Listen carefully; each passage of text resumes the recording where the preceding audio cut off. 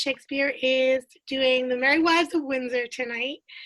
We have a bunch of familiar and new faces. And without further ado, oh no, if you have any money that you would like to donate, even $1 or 100, that's fine too.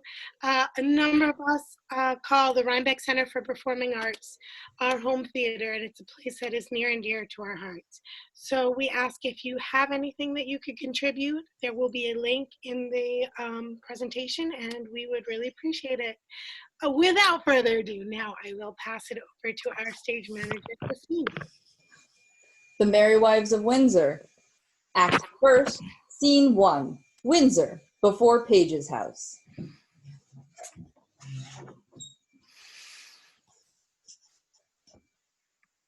Got that out of the way. Sir Hugh, persuade me not. I will make a star chamber matter of it. If he were 20 Sir John Falstaffs, he shall not abuse Robert Shallow, Esquire. In the county of Gloucester, justice of peace and quorum. Aye, cousin Slender, and Custalorum. Aye, and Ratalorum too, and gentleman born, Master Parson, who writes himself Armagero in any bill, warrant, quittance, or obligation. Armagero. Aye, that I do, and have done any time these 300 years. All his successors gone before him hath done it, and all his ancestors that come after him may. They may give the dozen white luces in their coat. It is an old coat. The dozen white louses do become an old coat well. It agrees well, Passat. It is a familiar beast to man, and signifies love. The loose is the fresh fish. The salt fish is an old coat. I may quarter, coz. You may, by marrying. It is marrying, indeed, if he quarter it. Not a whit. Yes, byre lady. If he has a quarter of your coat, there is but 3 skirts for yourself, in my simple conjectures. But that is all one. If Sir John Falstaff have committed disparagements unto you, I am of the church, and will be glad to do my benevolence to make atonements and compromises between you. The council shall hear it. It is a riot. It is not meet the council here a riot. There's no fear of God in a riot. The council, look you, shall desire to hear the fear of God, and not to hear a riot. Take your advisement in that. Ha! Oh, my life, if I were young again. The sword shall end of it. It is better that friends is the sword and end it. And there's also another device in my brain, which peradventure brings good discretions with it. There is Anne Page, which is daughter to Master Thomas Page, which is pretty virginity. Mistress Anne Page? She has brown hair and speaks small like a woman. It is that very person for all the earls, and just as you will desire, and 700 pounds of monies, and gold, and silver, is her grandsire, upon his deathbed, God deliver us a joyful resurrections, give when she is able to overtake 17 years old. It were a good motion if we leave our cribbles and prabbles, and desire a marriage between Master Abraham and Mistress Anne Page. Did her grandsire leave her 700 pound? Aye, and her father is make her a pretty penny. I know the young gentlewoman. She has good gifts. 700 pounds and possibilities is good gifts. Well, let us see, honest Master Page. Is Falstaff there? Shall I tell you a lie? I do despise a liar as I do despise one that is false, or as I despise one that is not true. Tonight, Sir John is there, and I will beseech you, be ruled by your well-willers. I will peek the door for Master Page. What God bless your house here.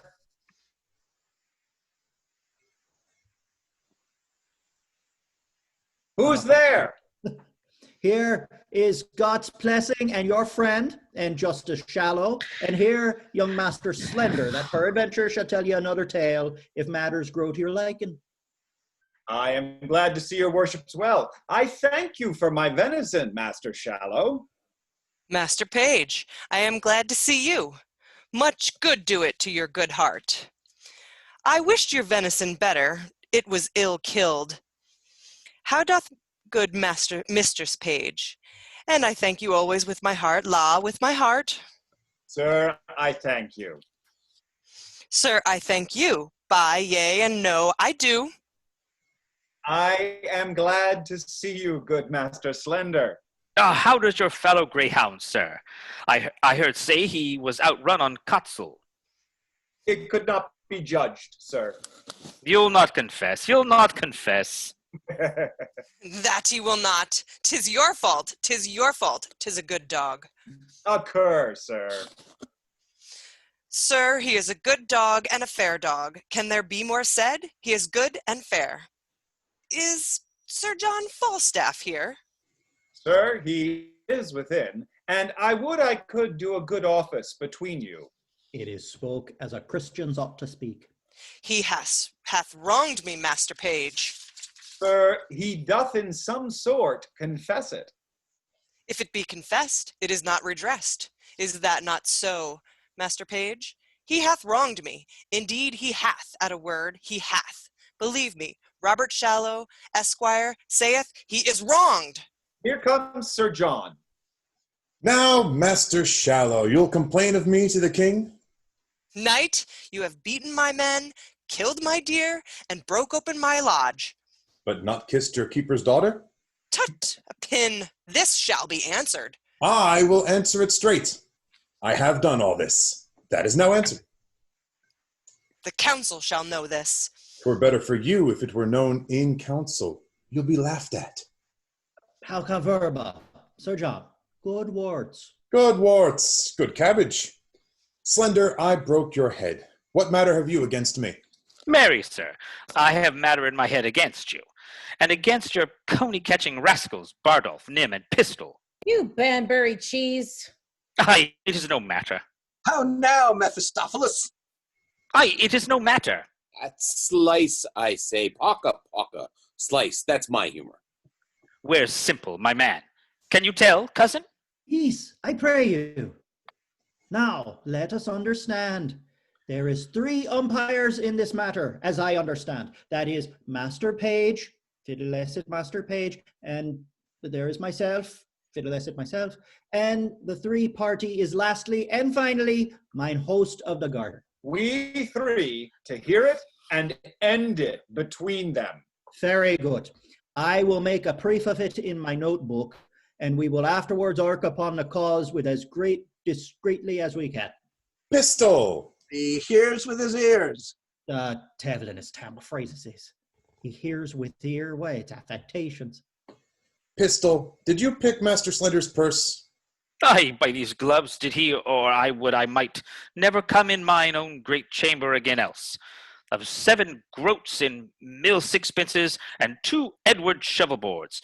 That cost me 2 shilling and 2 pence apiece of Yeed Miller by these gloves. Is this true, Pistol?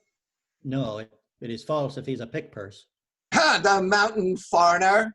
Sir John and Master Mine, I combat challenge of this Latin Bilbo. Word of denial in thy Labrys here. Word of denial. Froth and scum, thou liest. By these gloves then 'twas he. Be advised, sir, and pass good humors. I will say merry trap with you. If you run the nut hook's humor on me, that is the very note of it. By this hat then, he and the red face had it. For though I cannot remember what I did when you made me drunk, yet I am not altogether an ass. What say you, Scarlet and John? Why, sir, for my part, I say the gentleman had drunk himself of his 5 sentences. It is his 5 senses. Fie, what the ignorance is. And being fap, sir, was, as they say, Cheshired, and so conclusions passed their carriers. Aye, you spake in Latin then too. But 'tis no matter. I'll never be drunk whilst I live again, but in honest, civil, godly company. For this trick, if I be drunk, I'll be drunk with those that have the fear of God, and not with drunken knaves. Oh, God urge me, that is a virtuous mind. You hear all these matters denied, gentlemen, you hear it. Nay, daughter, carry the wine in. We'll drink within. Oh, heaven. This is Mistress Anne Page? How now, Mistress Ford? Mistress Ford, by my troth, you are very well met. By your leave, good mistress. Wife, bid these gentlemen welcome. Come, We have a hot venison pasty to dinner. Come, gentlemen. I hope we shall drink down all unkindness. I had rather than 40 shillings I had my book of songs and sonnets here. Oh, how now, Simple? Where have you been? I must wait on myself, must I? You have not the book of riddles about you, have you? Book of riddles? Why did you not lend it to Alice Shortcake upon Halamus lost a fortnight afore Michaelmas? Come, cuz, we stay for you. A word with you, cuz. Marry, this, cuz. There is, as 'twere, a tender, a kind of tender, made afar off by Sir Hugh here. Do you understand me? Aye, sir, you shall find me reasonable. If it be so, I shall do that. That is reason. Nay, but understand me. So I do, sir. Give ear to his motions, Master Slender. I will description the matter to you if you be capacity of it. Nay, I will do as my cousin Shallow says. I pray you, pardon me. He's a justice of peace in this country, simple though I stand here. But that is not the question. The question is concerning your marriage. Aye, there's the point, sir. Marry, is it the very point of it, to Mistress Anne Page? Why, if it be so, I will marry her upon any reasonable demands. But can you affection the woman? Let us command to know that of your mouth or of your lip, for diverse philosophers hold that the lips is parcel of the mouth. Therefore, precisely, can you carry your goodwill to the maid? Cousin Abraham Slender, can you love her? I hope, sir, I will do as it shall become one that would do reason. Nay, gods, lords, and his ladies, you must speak positable if you can carry her your desires towards her. That you must. Will you, upon good dowry, marry her? I will do a greater thing than that upon your request, cousin, in any reason. Nay, conceive me, sweet cuz. What I do is to pleasure you, cuz. Can you love the maid? I will marry her, sir, at your request. But if there be no great love in the beginning, yet heaven may decrease it upon better acquaintance when we are married and have more occasion to know one another. I hope, upon familiarity, will grow more contempt. But if you say marry her, I will marry her. That I am freely dissolved, and dissolutely. It is a very discretion answer, save the fall is in the ord dissolutely. The ord is according to our meaning, resolutely. His meaning is good. I think my cousin meant well. Aye, or else I might be hanged, la. Here comes fair Mistress Page. Would I were young for your sake, Mistress Anne. The dinner is on the table. My father desires your worship's company. I will wait on him, fair Mistress Anne. Odds blessed will, I will not be absent for the grace. Will please your worship to come in, sir? No, I thank you, forsooth, heartily. I am very well. The dinner attends you, sir. I am not hungry. I thank you, forsooth. Go, sirrah, for all you are my man. Go wait upon my cousin Shallow. A justice of peace sometimes may be beholding to his friend for a man. I keep but 3 men and a boy yet, till my mother be dead. But what though? Yet I live like a poor gentleman born.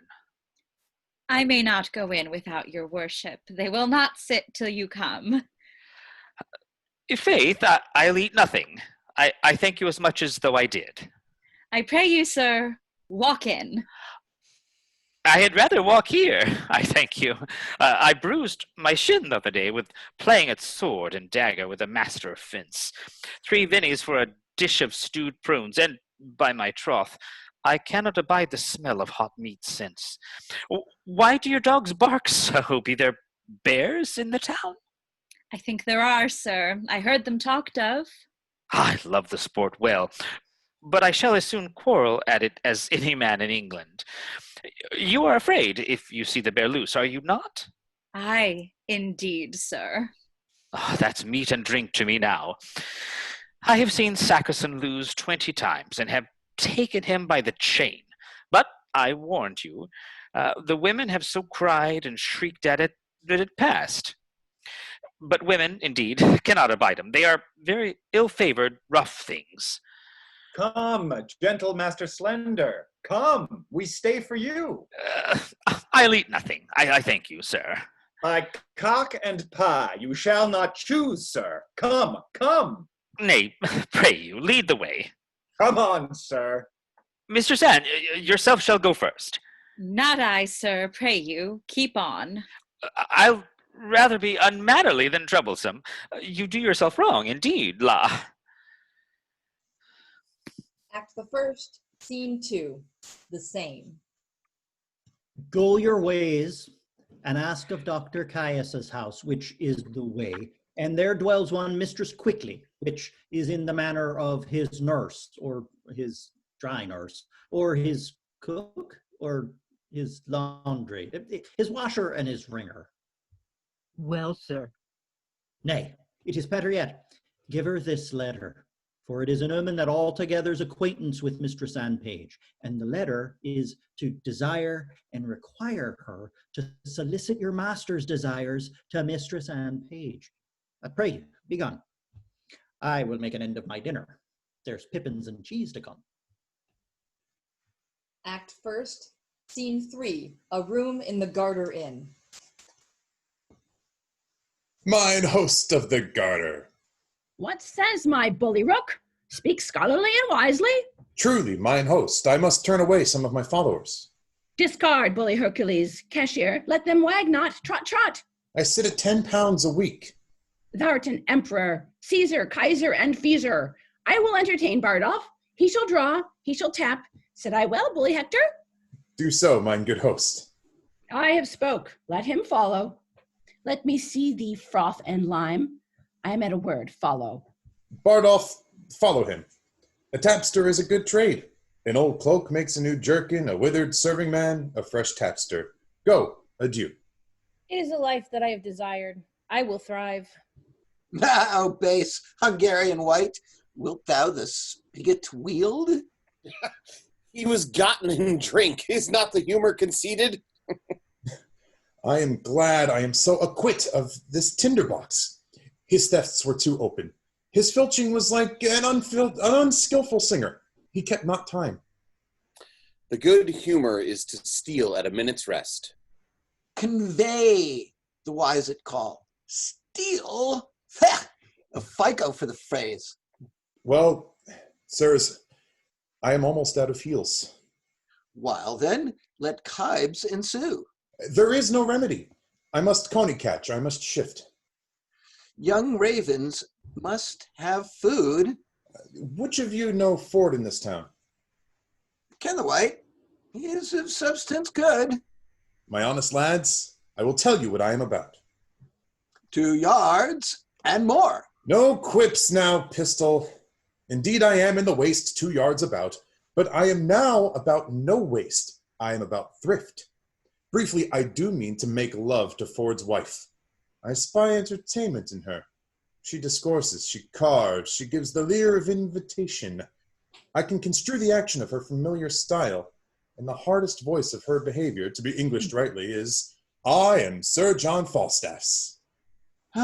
He hath studied her will, and translated her will, out of honesty, into English. The anchor is deep. Will that humor pass? Now the report goes, she has all the rule of her husband's purse. He hath a legion of angels. As many devils entertain, and to her boy I say. The humor rises. It is good. Humor me the angels. I have written me a letter to her. And here another to Page's wife, who even now gave me good eyes too. Examined my parts with most judicious regards, as sometimes the beam of her view gilded my foot, sometimes my portly belly. Then did the sun on dunghill shine. I thank thee for that humor. Oh, she did so course o'er my exteriors with such a greedy intention that the appetite of her eye did seem to scorch me up like a burning glass. Here's another letter to her. She bears the purse too. She is a regent in Guyana, all gold and bounty. I will be cheater to them both, and they shall be exchequers to me. They shall be my East and West Indies, and I will trade to them both. Go bear thou this letter to Mistress Page, and thou this to Mistress Ford. We will thrive, lads, we will thrive. Shall I Sir Pandarus of Troy become? And by my side wear steel? Then Lucifer, take all. I will run no base humor here. Take the humor letter. I will keep the behavior of reputation. Hold, sirrah, bear you these letters tightly. Sail like my pinnace to these golden shores. Rogues, hence, avaunt, vanish like hailstones. Go, trudge, plow the way of the hoof. Seek shelter, pack. Falstaff will learn the humor of this age. French thrift, you rogues, myself and skirted page. Let vultures gripe thy guts, for gourd and Fulham holds, and high and low beguiles the rich and poor. Kester I'll have in pouch when thou shalt lack, base Phrygian Turk. I have operations which be humors of revenge. Ooh, wilt thou revenge? By Welkin and her star. With wit or steel? With both the humors I will discuss the humor of this love to Page. And I to Ford shall eke unfold. How Falstaff, varlet vile, his dove will prove, his gold will hold, and his soft couch defile. My humor shall not cool. I will incense Page to deal with poison. I will possess him with yellowness, for the revolt of mine is dangerous. That is my true humor. Thou art the Mars of malcontents. I second thee. Tupon. Act the first, scene 4. A room in Dr. Caius's house.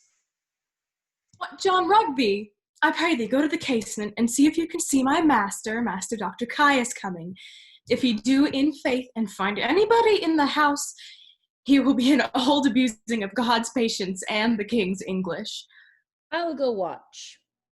Go, and we'll have a posset for it soon at night, in faith, at the latter end of a sea-coal fire.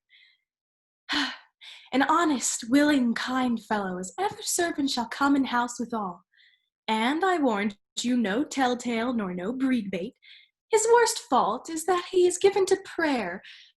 He is something peevish that way. But nobody but has his fault. But let that pass. Peter Simple, you say your name is? Aye, for fault of a better. And Master Slender's your master? Aye, forsooth. Does he not wear a great round beard like a glover's paring knife? No, forsooth. He hath but a little wee face, with a little yellow beard, a cane-colored beard. A softly sprited man, is he not? Aye, forsooth, but he is as tall a man of his hands as any is between this and his head. He hath fought with a warrener. How say you? I should remember him. Does he not hold his head up, as it were, and strut in his gait? Yes, indeed, does he. Well, heaven send Anne Page no worse fortune. Tell Master Parson Evans I will do what I can for your master. Anne is a good girl, and I wish... Out, alas, here comes my master. Oh, we shall be all shent. Run in here, good young man. Go into this closet. He will not stay long. John Rugby. John, I say. Go, John, go inquire for my master. I doubt he be not well that he comes not home. Down. What is it you sing? I do not like the toy. Pray you go and fetch me in my closet un boîtier vert, a box, a greener box. Do intend what I speak, a greener box. Aye, forsooth, I'll fetch it you. I'm glad he went not in himself. If he had found the young man, he would have been horn mad. Me foi, il fait pour chaud. Je m'en vais à la cour, la grande affaire. Is this it, sir? Ah oui, mets-le mon paquet. Dépêche-toi, quickly. Where's the knave, Rugby? John Rugby? John? Yes, sir. You are John Rugby, and you are Jack Rugby. Come, take your rapier, and come after my ear to the court. 'Tis ready, sir. Here in the pouch. Beratro, I tarry too long. Odds me, qu'ai-je oublié? There's something in my closet that I will not for the world I shall leave behind. I me, he'll find the young man here and be mad. Oh, diable, diable, what is in my closet? Villain, larron, robe my rapier. Good master, be content. Wherefore should I be content? The young man is an honest man. What shall the honest man do in my closet? There's no honest man that shall come in my closet. I beseech you, be not so phlegmatic. Hear the truth of it. He came of an errand to me from Parson Hugh. Well? I, forsooth, to desire her to. Peace, I pray you. Peace your tongue. Speak your tale. To desire this honest gentlewoman, your maid, to speak a good word to Mistress Anne Page for my master in the way of marriage. This is all indeed, but I'll ne'er put my finger in the fire and need not. So you send you? Rugby, buy me some paper. Tarry you a little while. I'm glad he is so quiet. If he had been thoroughly moved, you should have heard him so loud and so melancholy. But notwithstanding, man, I'll do your master what good I can. And the very yea and the no is, the French doctor, my master, and I may call him my master, look you, for I keep his house, and I wash, wring, brew, bake, scour, dress meat, and drink, make the beds, and do all myself. 'Tis a great charge to come under one body's hand. Are you advised of that? You shall find it a great charge, and to be up early and down late, but notwithstanding, to tell you in your ear, I would have no words of it. My master himself is in love with Mistress Anne Page, but notwithstanding that, I know Anne's mind that's neither here nor there. You, Jacques-Nep, give this letter to Sir Hugh. By God, it is a challenge. I will cut his throat in the park, and I will teach the scurvy Jacques-Nep priests to meddle or make. You may be gone. It is not good you tarry here. By God, I will cut all his 2 stores. By God, he shall not have a stone to throw at his dog. Alas, he speaks but for his friend. Does no matter about that. Don't you tell me that. I shall have Anne Page for myself. By God, I will kill the Jack priest, and I have appointed mine host of the Jartier to measure our weapon. By God, I will myself have Anne Page. Sir, the maid loves you, and all shall be well. We must give folks leave to prat, what, the good Jere? Rugby, come to the court with me. By God, if I have not Anne Page, I shall turn your head out of my door. Follow my heels, Rugby. You shall have a fool's head of your own. No, I know Anne's mind for that. Never a woman in Windsor knows more of Anne's mind than I do, nor can do more than I do with her, I thank heaven. Who's in here? Oh. Who's there, I trow? Come near the house, I pray you. How now, good woman, how dost thou? The better that it pleases your good worship to ask. What news? How does pretty Mistress Anne? In truth, sir, and she is pretty, and honest, and gentle, and one that is your friend, I can tell you that, by the way. I praise heaven for it. Shall I do any good, thinkest thou? Shall I not lose my suit? Troth, sir, all is in his hands above. But notwithstanding, Master Fenton, I'll be sworn on a book she loves you. Have not your worship a wart above your eye? Yes, Mary, have I. What of that? Well, thereby hangs a tale. Good faith, it is such another none. But I detest. An honest maid as ever broke bread. We had an hour's talk of that wart. I shall never laugh but in that maid's company. But indeed, she's given too much to alcohol and musing. But for you, well, go to. Well, I shall see her today. Hold, there's money for thee. Let me have thy voice in my behalf. If thou seest her before me, commend me. Will I? In faith that we will. And I will tell your worship more of the wart next time we have confidence, and of other wooers. Well, farewell. I am in great haste now. Farewell to your worship. Truly an honest gentleman, but Anne loves him not, for I know Anne's mind as well as another does. Out upon it, what have I forgot? Act the 2nd, Scene 1, before Page's house. Unmute. What? Have I skipped love letters in the holiday time of my beauty, and am I now a subject for them? Well, let me see. Ask me no reason why I love you, for though love use reason for his physician, he admits them not for his counselor. You are not young, no more am I. Go to then, there's sympathy. You are merry, so am I. Ha ha. Then there's more sympathy. You love sack, and so do I. Would you desire better sympathy?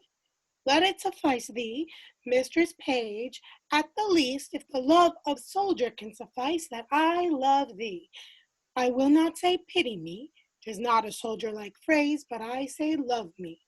By me, thine own true knight, by day or night, or any kind of light, with all his might, for thee to fight, John Falstaff? Oh, what a herd of Jewry is this? Oh, wicked world. One that is well nigh worn to pieces with age to show himself young, gallant. What an unweighed behavior hath this Flemish drunkard picked with the devil's name out of my conversation, that he dares in this manner say me. Why, he hath not been thrice in my company. What should I say to him? I was then frugal of my mirth. Heaven forgive me, why I'll exhibit a bill in the Parliament for the putting down of men. How shall I pay revenge on him? For revenge I will be, as sure as his guts are made of puddings. Mr. Page, trust me, I was going to your house. And trust me, I was coming to you. Well, you look very ill. Nay, I'll never believe that. I have showed the contrary. Faith, but you do in my mind. Well, I do then. Yet I say I could show you to the contrary. Oh, Mistress Page, give me some counsel. What's the matter, woman? Oh, woman, if it were not for one trifling respect, I could come to such honor. Well, hang the trifle, woman. Take the honor. What is it? Dispense with trifles. What is it? If I would go to hell for an eternal moment or so, I could be knighted. What? Thou liest. Sir Alice Ford, these knights will hack, and so thou shouldst not alter the article of thy gentry. We burn daylight. Here, read. Perceive how I might be knighted. I shall think the worst of fat men as long as I have an eye to make difference of men's liking. And yet he would not swear.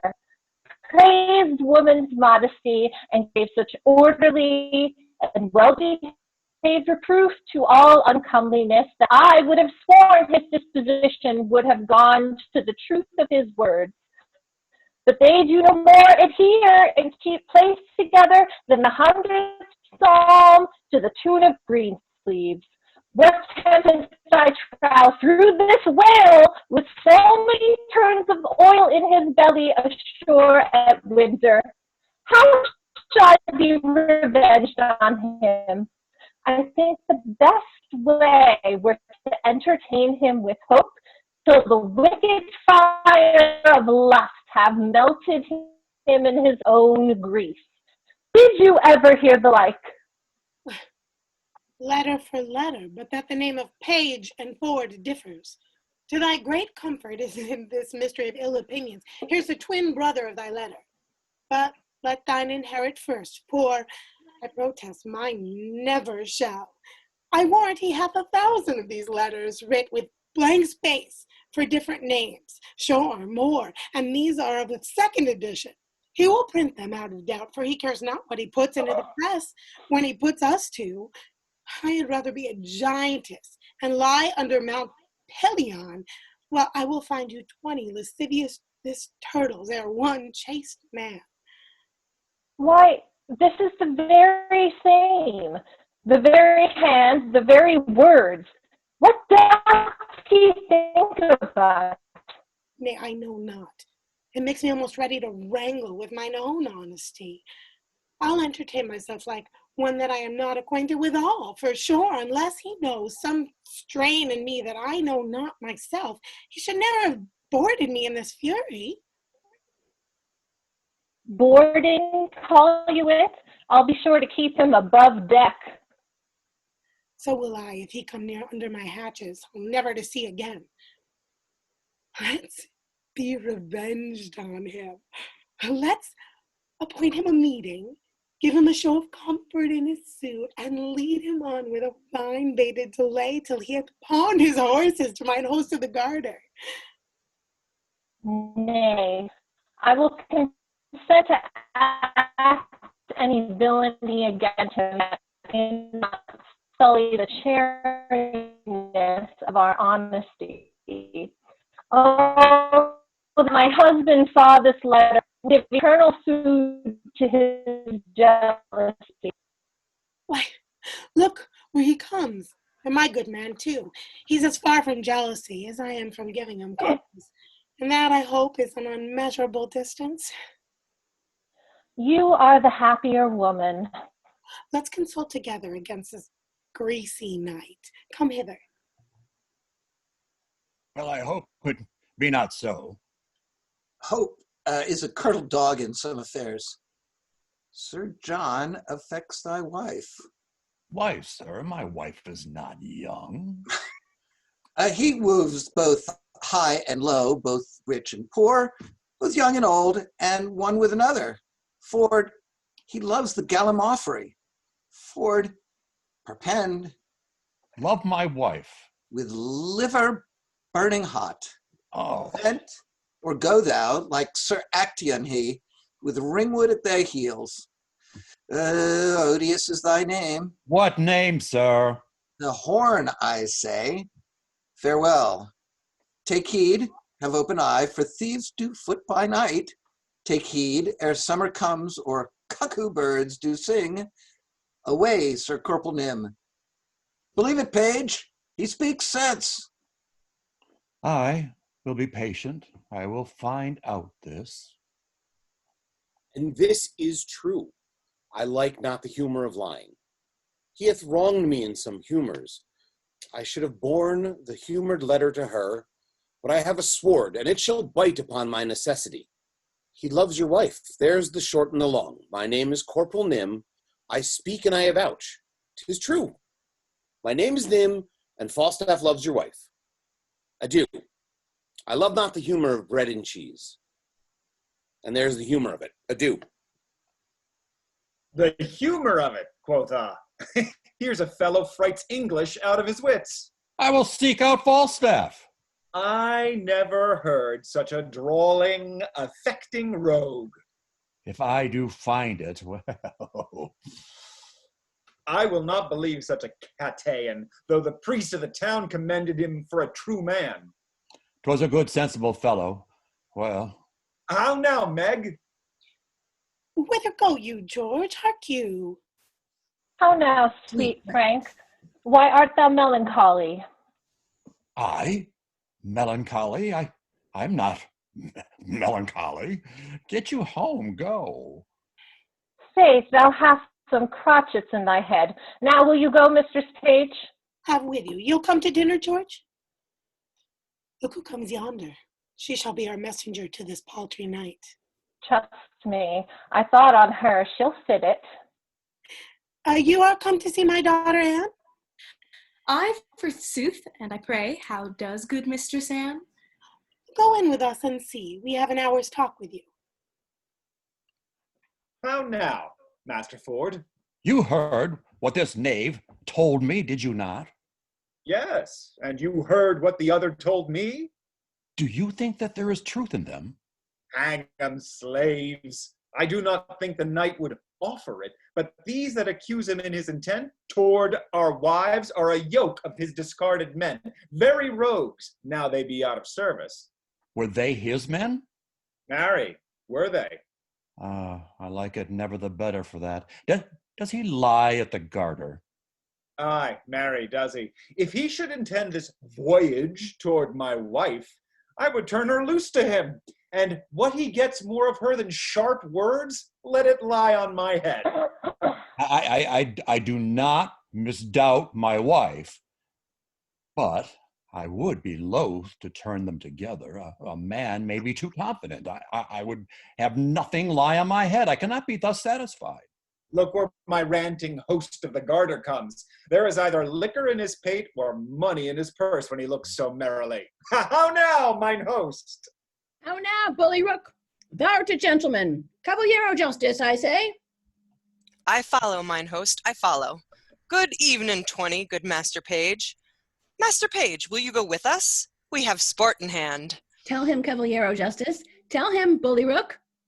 Sir, there is a fray to be fought between Sir Hugh the Welsh priest and Caius the French doctor. Good mine, host of the Garter, a word with you. What sayest thou, Bully Rook? Will you go with us to behold it?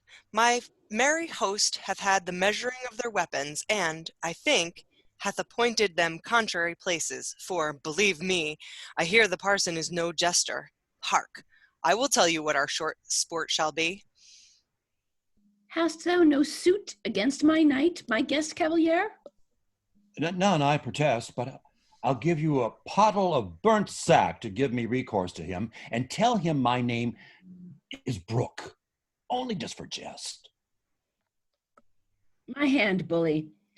Thou shalt have egress and regress, say I well, and thy name shall be Brooke. It is a merry night. Will you go, Aneris? Have with you, mine host. I have heard that Frenchman hath good skill in his rapier. Tut, sir, I could have told you more.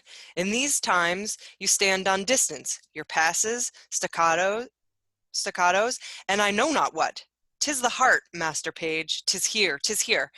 I have seen the time, with my long sword, I would have made you 4 tall fellows skip like rats. Here, boys, here, shall we wag?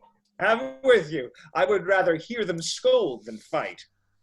A page be a secure fool and stand so firmly on his wife's frailty, yet I cannot put off my opinion so easily. She was in his company at Page's house, and what they made there I know not. Well, I will look further into it, and I have a disguise to sound Falstaff. If I find her honest, I lose not my labor. If she be otherwise, 'tis labor well bestowed. Act the second, scene 2, a room in the Garter Inn. I will not lend thee a penny. Oh, well, then the world's mine oyster, which I with sword will open. Not a penny. I have been content, sir. You should lay my countenance to pawn. I have graded upon my good friends for 3 reprieves for you and your coach fellow Nym, or else you had looked through the grates like a Jiminy of baboons. I am damned in hell for swearing to gentlemen, my friends. You were good soldiers and tall fellows. And when Mistress Bridget lost the handle of her fan, I took it upon mine honor thou hadst it not. Didst thou not share? Hadst thou not 15 pence? Reason, you rogue, reason. Thinkest thou I'll endanger my soul gratis? At a word, hang no more about me. I am no gibbet for you. Go, a short knife and a thong. To your manor of picked hatch, go. You'll not bear a letter from me. You rogue, you stand upon your honor. Why, thou unconfinable baseness, is it as much as I can do to keep the terms of mine honor precise? I myself sometimes, leaving the fear of God on the left hand, and hiding mine honor in my necessity, am fain to shuffle, to hedge, and to lurch. And yet you, rogue, will ensconce your rags, your catamountain looks, your red lattice phrases, and your bold beating oaths under the shelter of your honor. You will not do it to you. Do relent. What would thou more of man? Sir, here's a woman would speak with you. Let her approach. Give your worship good morrow. Good morrow, good wife. Not so, an it please your worship. Good maid, then. I'll be sworn as my mother was the first hour I was born. I do believe the swearer. What with me? Shall I vouchsafe your worship a word or two? 2,000, fair woman, and I'll vouchsafe thee the hearing. There is one Mistress Ford, sir. I pray, come a little nearer this ways. I myself dwell with Master Dr. Caius. Well on. Mistress Ford, you say? Your worship says very true. I pray your worship, come a little nearer this ways. I warrant thee, nobody hears. Mine own people, my own people. Are they so? God bless them and make them his servants. Well, Mistress Ford, what of her? Why, sir, she's a good creature. Lord, Lord, your worship's a wanton. Well, heaven forgive you and all of us, I pray. Mistress Ford, come, Mistress Ford. Mary, this is the short and the long of it. You have brought her into such a canary's as 'tis wonderful. The best courtier of them all, when the court lay at Windsor, could never have brought her to such a canary. Yet there has been knights and lords and gentlemen with their coaches, I warrant you. Coach after coach, letter after letter, gift after gift, smelling so sweetly, all musk and so rustling, I warrant you, in silk and gold, and in such alignment terms, and in such wine and sugar of the best and the fairest that would have won any woman's heart. And I warrant you they could never get an eye wink of her. I had myself 20 angels given me this morning, but I defy all angels in any such sort as they say, but in the way of honesty, and I warrant you they could never get her so much as sit on a cup with the proudest of them all. And yet there has been earls, nay, which is more, pensioners, but I warrant you all is one with her. But what says she to me? Be brief, my good she Mercury. Mary, she hath received your letter, for the which she thanks you 1,000 times, and she gives you to notify that her husband will be absent from his house between 10 and 11. 10 and 11. Aye, forsooth. And then you can come and see the picture she says that you wot of. Master Ford, her husband will be from home. Well, alas, the sweet woman leads an ill life with him. He's a very jealousy man. She leads a very frampold life with him. Good heart. 10 and 11. Woman, commend me to her. I will not fail her. Why, you say well. But I have another messenger to your worship. Mistress Page hath her hearty commendations to you too. And let me tell you in your ear, she's as far true as a civil, modest wife. And when I tell you that we will not miss you morning nor evening prayer, as any is in Windsor, whoe'er be the other. And she bade me tell your worship that her husband is seldom from home, but she hopes there will come a time. I never knew a woman so dote upon a man. Surely I think you have charms, la. Yes, in truth. Not I assure thee. Setting the attraction of my good parts aside, I have no other charms. Blessing on your heart for it. But I pray thee, tell me this. Has Ford's wife and Page's wife acquainted each other how they love me?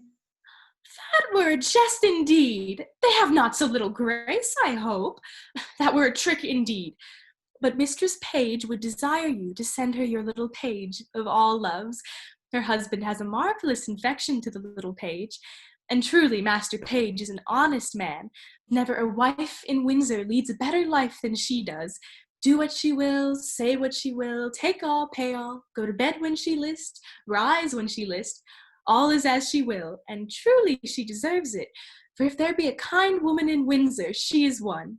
You must send her your page, no remedy. Why, I will.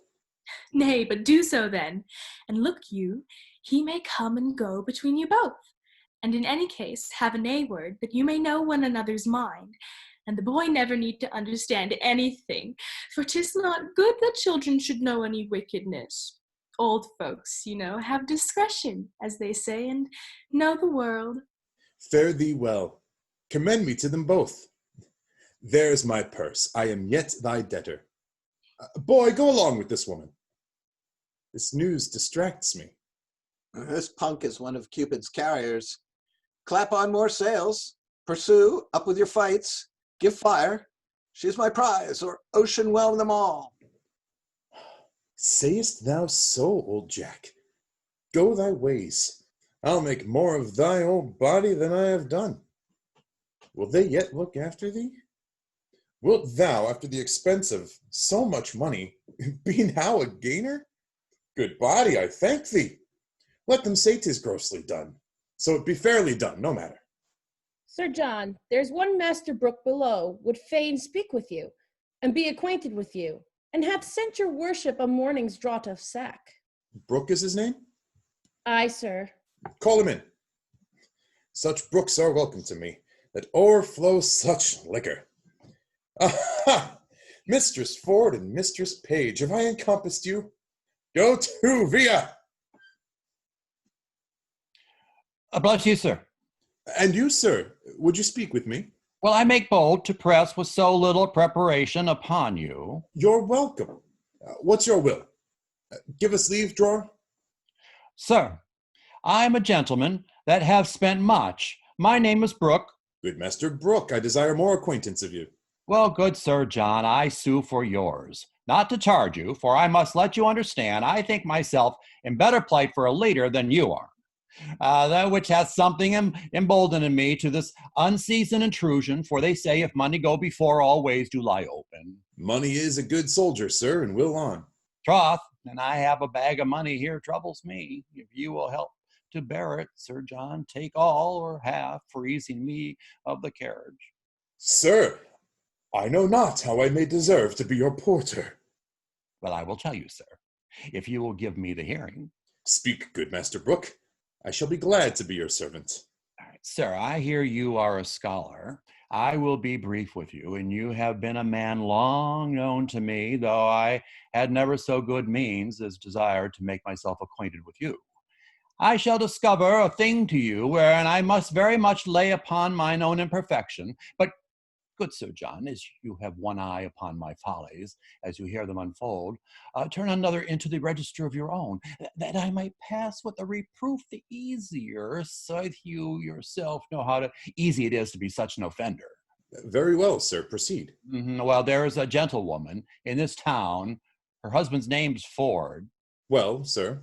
I have long loved her, and I protest to you, bestowed much on her, followed her with a doting observance, engrossed opportunities to meet her, feed every slight occasion that could but niggardly give me sight of her, and not only brought many presents to give her, but have given largely to many to know what she would have given. Briefly, I have pursued her as love hath pursued me, which hath been on the wing of all occasions, but whatsoever I have merited, either in my mind or in my meed, I'm sure I have received none, unless experience be a jewel that I have purchased at an infinite rate, and that hath taught me to say this: love, like a shadow, flies when substance love pursues, pursuing that flies, and flying what pursues. Have you received no promise of satisfaction at her hands? Never. Have you importuned her to such a purpose? Never. Of what quality was your love then? Like a fair house built on another man's ground, so that I have lost my edifice by mistaking the place where I erected it. To what purpose have you unfolded this to me? When I have told you that, I have told you all. Some say that, though she appears honest to me, yet in other places she enlargeth her mirth so far that it is shrewd construction made of her. So now, Sir John, here is your heart of my purpose. You are a gentleman of excellent breeding, admirable discourse, of great admittance, authentic in your place and person, generally allowed for your many warlike, courtlike, and learned preparations. Oh, sir. Oh, believe it, for you know it. Oh, there is money. Oh, spend it, spend it. Spend more, spend all I have. Only give me so much of your time in exchange of it as to lay an amiable siege to the honesty of this Ford's wife. Use your art of wooing, win her to consent to you. If any man may, you may as soon as any. Would it apply well to the vehemency of your affection that I should win what you would enjoy? Methinks you prescribe to yourself very preposterously. Oh, Understand my drift. She dwells so securely on the excellency of her honor that the folly of my soul dares not present itself. She is too bright to be looked against. Now, could I could come to her with any detection in my hand. My desires had instance and argument to commend themselves. I could drive her then from the ward of her purity, her reputation, her marriage vow, and 1,000 other her defenses, which now are too strongly embattled against me. What say you to it, Sir John? Master Brooke, I will first make bold with your money. Next, give me your hand. All right. And last, as I am a gentleman, you shall, if you will, enjoy Ford's wife. Oh, good sir. I say you shall. Want no money, Sir John? You shall want none. Wants no Mistress Ford, Master Brooke. You shall want none. I shall be with her, I may tell you, by her own appointment, even as you came into me, her assistant or go-between departed from me. I say I shall be with her between 10 and 11. For at that time, the jealous rascally knave, her husband, will be forth. Come you to me at night. You shall know how I speed. Oh, I'm blessed in your acquaintance. Do you know Ford, sir? Hang him, poor cuckoldly knave. I know him not. Yet I wrong him to call him poor. They say the jealous wittly knave hath masses of money, for the which his wife seems to me well favored. I will use her as the key of the cuckoldly rogue's coffer, and there's my harvest home. Well, I would you knew Ford, sir, that you might avoid him if you saw him. Hang him, mechanical salt-butter rogue! I will stare him out of his wits. I will awe him with my cudgel. It shall hang like a meteor o'er the cuckold's horns. Master Brooke, thou shalt know I will predominate over the peasant, and thou shalt lie with his wife. Come to me soon at night. Ford's a knave, and I will aggravate his style. Thou, Master Brooke, shalt know him for knave and cuckold. Come to me soon at night. Oh, what a damned Epicurean rascal is this. My heart is ready to crack with impatience. Who says this is improvident jealousy? Oh, my wife has sent him to him.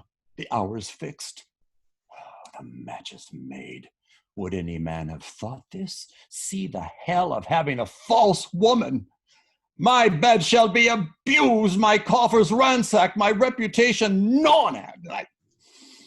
And I shall not only receive this villainous wrong, but stand under the adoption of abominable terms, and by him that does this wrong. Terms, names. Oh, Amamon sounds well, Lucifer well, Barbasan well, yet they are devils' additions, the names of fiends. But cuckold, withal, cuckold. The devil himself hath no such a name. Page is an ass, a secure ass. He will trust his wife. He will not be jealous. I rather trust a Fleming with my butter, Parson Hugh the Welshman with my cheese, an Irishman with my aquavit bottle, or a thief to walk my ambling gelding, than my wife with herself. Then she plots, then she ruminates, then she devises, and what they think in their hearts they may affect, they will break their hearts, but they will affect. Oh, God be praised for my jealousy. 11 o'clock the hour. I will prevent this. I detect my wife, be revenged on Falstaff, and laugh at Page. I will be about it. Better 3 hours too soon than a minute too late. Fie. Cuckold. Cuckold. Oh, cuckold. Act the second, scene 3, a field near Windsor. Jack Rugby? Sir? What is the clock, Jack? 'Tis past the hour, sir. That Sir Hugh promised to meet. By gar, he has saved his soul, that is no come. He has pray his Bible wears that he has no come. By gar, Jack Rugby is dead already if he be not come. He is wise, sir. He knew your worship would kill him if he came. By gar, the herring is no dead, so as I will kill him. Take the rock, ye, Jacques. I will tell you how I will kill him. Alas, sir, I cannot fence. Villainy, take your rapier. Forbear, here's company.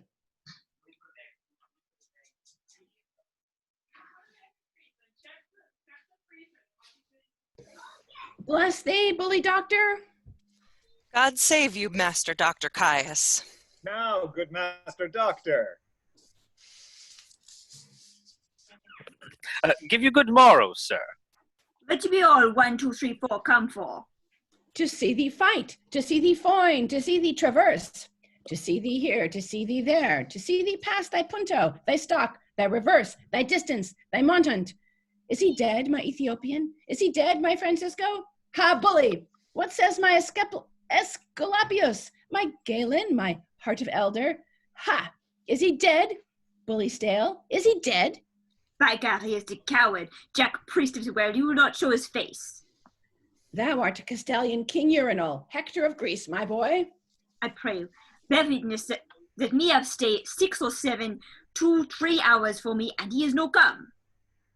He is the wiser man, Master Doctor. He is a curer of souls, and you a curer of bodies. If you should fight, you go against the hair of your professions. Is it not true, Master Page? Master Shallow, you have yourself been a great fighter, though now a man of peace.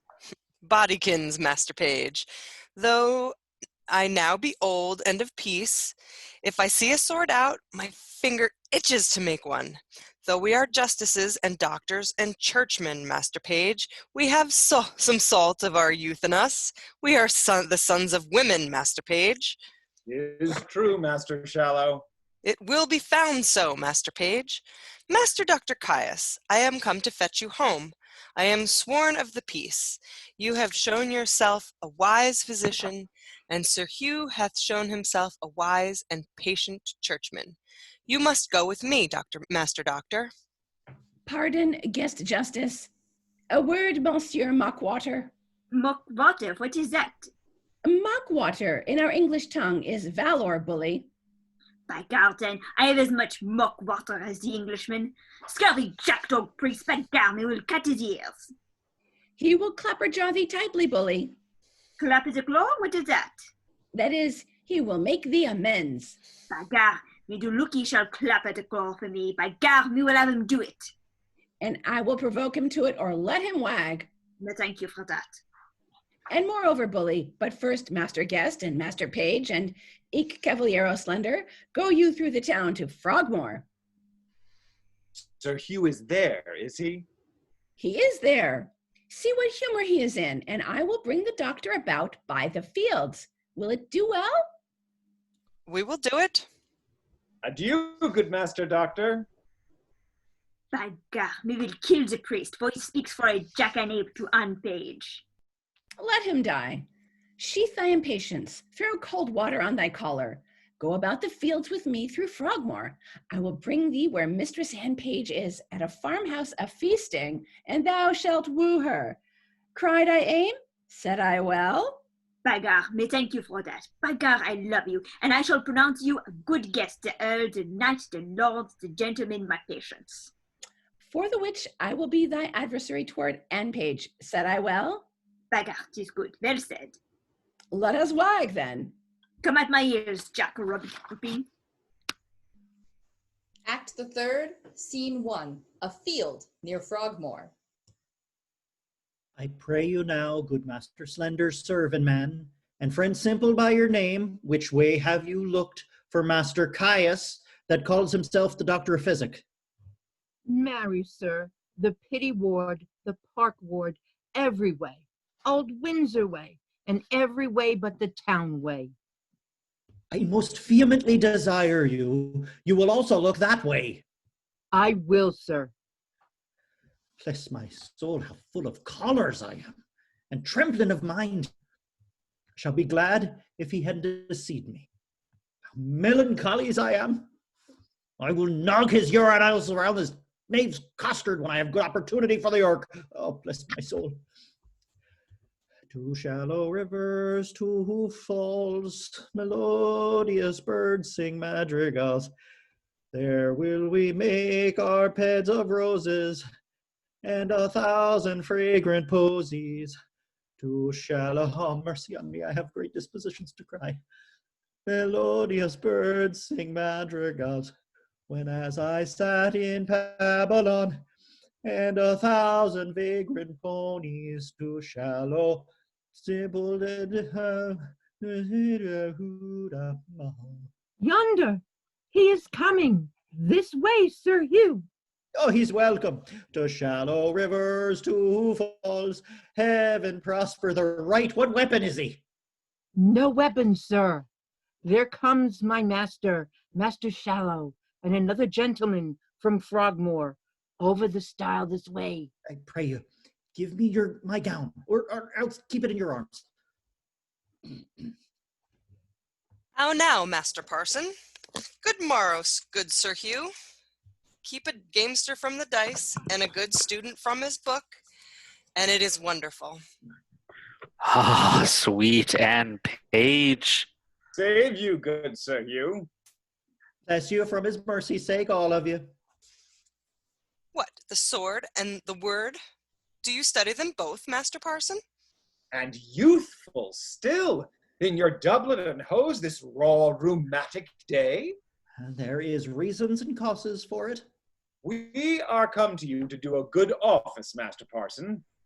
Very well. What is it?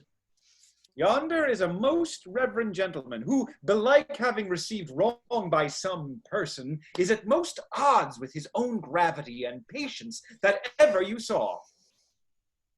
I have lived 80 years and upward. I have never heard a man of his place, gravity, and learning so wide of his own respect. What is he? I think you know him. Master Dr. Caius, the renowned French physician? God's will and his passion of my heart. I had as lief you would tell me of a mess of porridge. Why? He has no more knowledge in Hippocrates and Galen, and he is a knave besides, a cowardly knave as you would desire to be acquainted with all. I warrant you, he's the man should fight with him.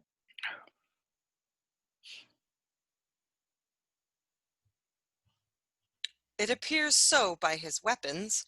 Keep them asunder. Here comes Dr. Caius. Nay, good Master Parson, keep in your weapon.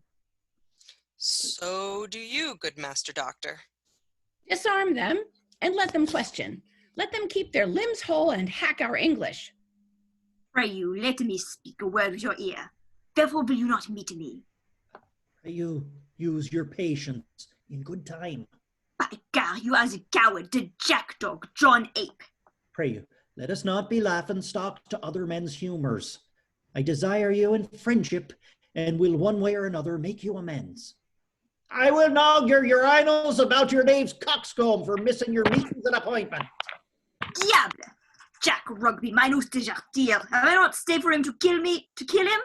Have I not at the place I did appoint? As I am a Christian soul now, look you, this is the place appointed. I'll be judgment by mine host of the Garter. Peace, I say, Gallia and Gaul, French and Welsh, soul curer and body curer. Aye, that's very good, excellent. Peace, I say. Here, mine host of the Garter. Am I politic? Am I subtle? Am I Machiavel? Shall I lose my doctor? No, he gives me the potions and the motions. Shall I lose my parson, my priest, my Sir Hugh? No, he gives me the proverbs and the no-verbs. Give me thy hand, terrestrial, so. Give me thy hand, celestial, so. Boys of art, I have deceived you both. I have directed you to wrong places. Your hearts are mighty, your skins are whole, and let burnt sack be the issue. Come, lay their swords to pawn. Follow me, lads of peace. Follow, follow, follow. For God, a mad host. Follow, gentlemen, follow. Oh, sweet Anne Page. Ah, do I perceive that? Have you make the sort of us, huh? This is well. He has made us his flouting stock. I desire you that we may be friends, and let us nog our brains together to be revenge on this same scurvy coggin companion, the host of the Garter. By God, with all my heart. He promised to bring me where is Anne Page. By God, he deceived me too. Well, I will smite his knuckles. Pray you follow. Act the third, scene 2, a street in Windsor. Nay, keep your way, little gallant. You were wont to be a follower, but now you are a leader. Whether had you lead mine eyes or I your master's heels? I'd rather, forsooth, go before you like a man that follow him like a dwarf. Oh, you are a flattering boy. Now I see you'll be a courtier. Well met, Mistress Page. Whither you go you? Truly, sir, to see your wife. Is she at home? Aye, and as idle as she may hang together for want of company, I think. If your husbands were dead, you two would marry. Be sure of that. 2 other husbands. Oh, where had you this pretty weathercock? I cannot tell what the prince's name is. My husband had him of. What do you call your knight's name, sirrah? Sir John Falstaff. Sir John Falstaff. Oh, that's you. Sorry, Master Ford. I like your voice. Sir John Falstaff? I can never hit on his name. There is such a league between my good man and he. Is your wife at home indeed? Indeed, she is. By your leave, sir, I am sick till I see her. Oh, has Page any brains? Hath he any eyes? Hath he any thinking? Sure they sleep, he hath no use of them. Oh, why, this boy will carry a letter 20 mile as easy as cannon, will shoot point blank 12 score. He pieces out his wife's inclination, he gives her folly motion an advantage, and now she's going to my wife and Falstaff's boy with her. A man may hear the shower sing in the wind and Falstaff's boy with her. Good plots they are laid, and our revolted wives share damnation together. Well, I will take him, then torture my wife, pluck the borrowed veil of modesty from the so seeming Mistress Page, divulge Page himself for a secure and willful action, and to these violent proceedings all my neighbors shall cry aim. The clock gives me my cue, and my assurance bids me, there I shall find Falstaff. I shall be rather praised for this than mocked, for it is as positive as the earth is firm that Falstaff is there. I will go. Well met, Master Ford.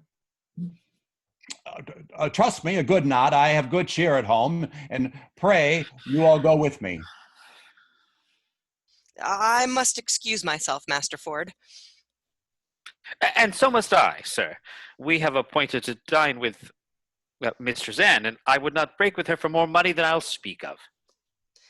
We have lingered about a match between Anne Page and my cousin Slender, and this day we shall have our answer. I hope I have your good will, Father Page. You have, Master Slender. I stand wholly for you. But my wife, Master Doctor, is for you altogether. I beg and the maid is loving me. My nurse quickly tell me so much.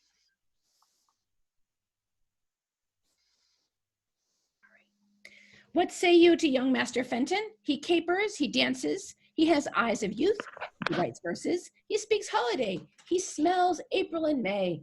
He will carry it, he will carry it. 'Tis in his buttons, he will carry it. Not by my consent, I promise you. The gentleman is of no having.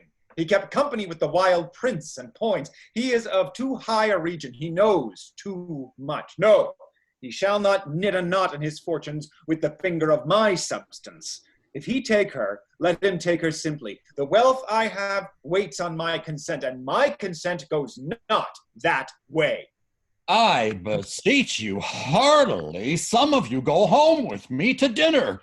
Besides your cheer, you shall have sport. I will show you a monster. Master Doctor, you shall go, so shall you, Master Page, and you, Sir Hugh. Well, fare you well. We shall have the freer wooing at Master Page's. Come, John Rugby, I come anon. Farewell, my hearts. I will to my honest knight Falstaff and drink canary with him. I think I shall drink and pipe wine first with him. I'll make him dance. Will you go, gentles? Have you to see this monster?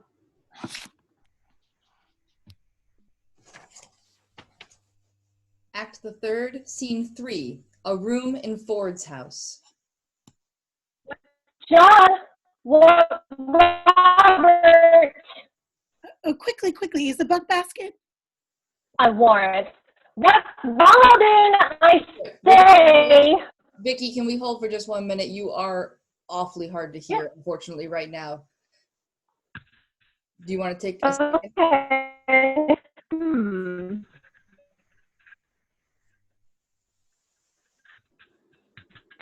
That's not quickly improving. Hear me now? Nope. Can hear me? Hear me now? I'm sorry, Vicky. No. It's a little bit tough.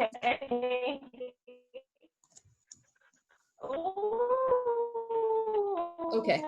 I will temporarily take over for Vicky while she works on her connection. Can you hear me now? All right. Vicky is going to work on her connection. I am going to take the part temporarily as soon as the slow stuff in the pipeline clears out. Here we go. All right. And we are, do you mind, Tamara, if we take it back to the top of the scene? Sure. What, John? What, Robert? Quickly, is the buck basket? I warrant. What, Robin, I say? Come. Here, set it down. Give your men the charge. We must be brief. Mary, as I told you before, John and Robert, be ready here hard by the brew house. And when I suddenly call you, come forth, and without any pause or staggering, take this basket on your shoulders. That done, trudge with it in all haste, and carry it among the Wisters and Datchet Mead, and there empty it in the muddy ditch, close by the Thames side. Will you do it? I have told them over and over, they lack no direction. Be gone, and come when you are called. Well, here comes little Robin. How now, my eyes musket? What news of you? My master, Sir John, is come at your back door, Mistress Ford, and requests your company. You little Jacqueline, have you been true to us?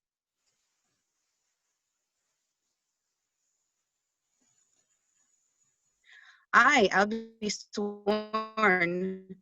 My master knows not of you being he if I tell you of it, for he swears he'll turn me away. Thou art a good boy. This secrecy of thine shall be a tailor to thee, and shall make thee a new doublet and hose. I'll go hide me. Do so. Go tell thy master I am alone. Mistress Page, remember your cue. I warrant thee, if I do not act it, hiss me. Go to then. We'll use this unwholesome humidity, this gross watery pumpion. We'll teach him to know turtles from jays. Have I caught my heavenly jewel? Why now let me die, for I have lived long enough. This is the period of my ambition. Oh, this blessed hour. Oh, sweet Sir John. Mistress Ford, I cannot cog. I cannot prate, Mistress Ford. Now shall I sin in my wish. I would thy husband were dead. I'll speak it before the best lord. I would make thee my lady. I, your lady, Sir John. Alas, I should be a pitiful lady. Let the court of France show me such another. I see how thine eye would emulate the diamond. Thou hast the right arched beauty of the brow that becomes a ship tire. The tire valiant, or any tire of Venetian admittance. A plain kerchief, Sir John. My brows become nothing else, nor that well either. By the Lord, thou art a traitor to say so. Thou wouldst make an absolute courtier, and the firm fixture of thy foot would give an excellent touch to thy gait and a semicircle. I see what thou wert. If fortune thy foe were not, nature thy friend. Come, thou canst not hide it. Believe me, there's no such thing in me. What made me love thee? Let that persuade thee. There's something extraordinary in thee. Come, I cannot cog and say thou art this and that, like a many of these lisping hawthorn buds that come like women in men's apparel and smell like bucklersbury in simple time. I cannot. But I love thee, none but thee, and thou deservest it. Do not betray me, sir. I fear you love Mistress Page. One might as well say I love to walk by the counter gate, which is as hateful to me as the reek of a lime kiln. Well, heaven knows how I love you, and you shall one day find it. Keeping that in mind, I'll deserve it. Nay, I must tell you, so you do, or else I could not be in that mind.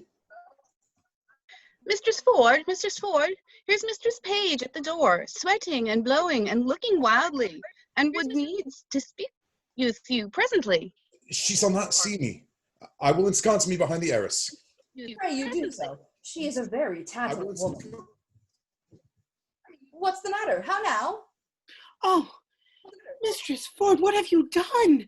You're shamed, you're overthrown, you're undone forever. What's the matter, good Mistress Page? Oh, well, a day, Mistress Ford, having an honest man to your husband to give him such cause of suspicion. Cause of suspicion? What cause of suspicion out upon you? How am I mistaken you? Why, alas, what's the matter?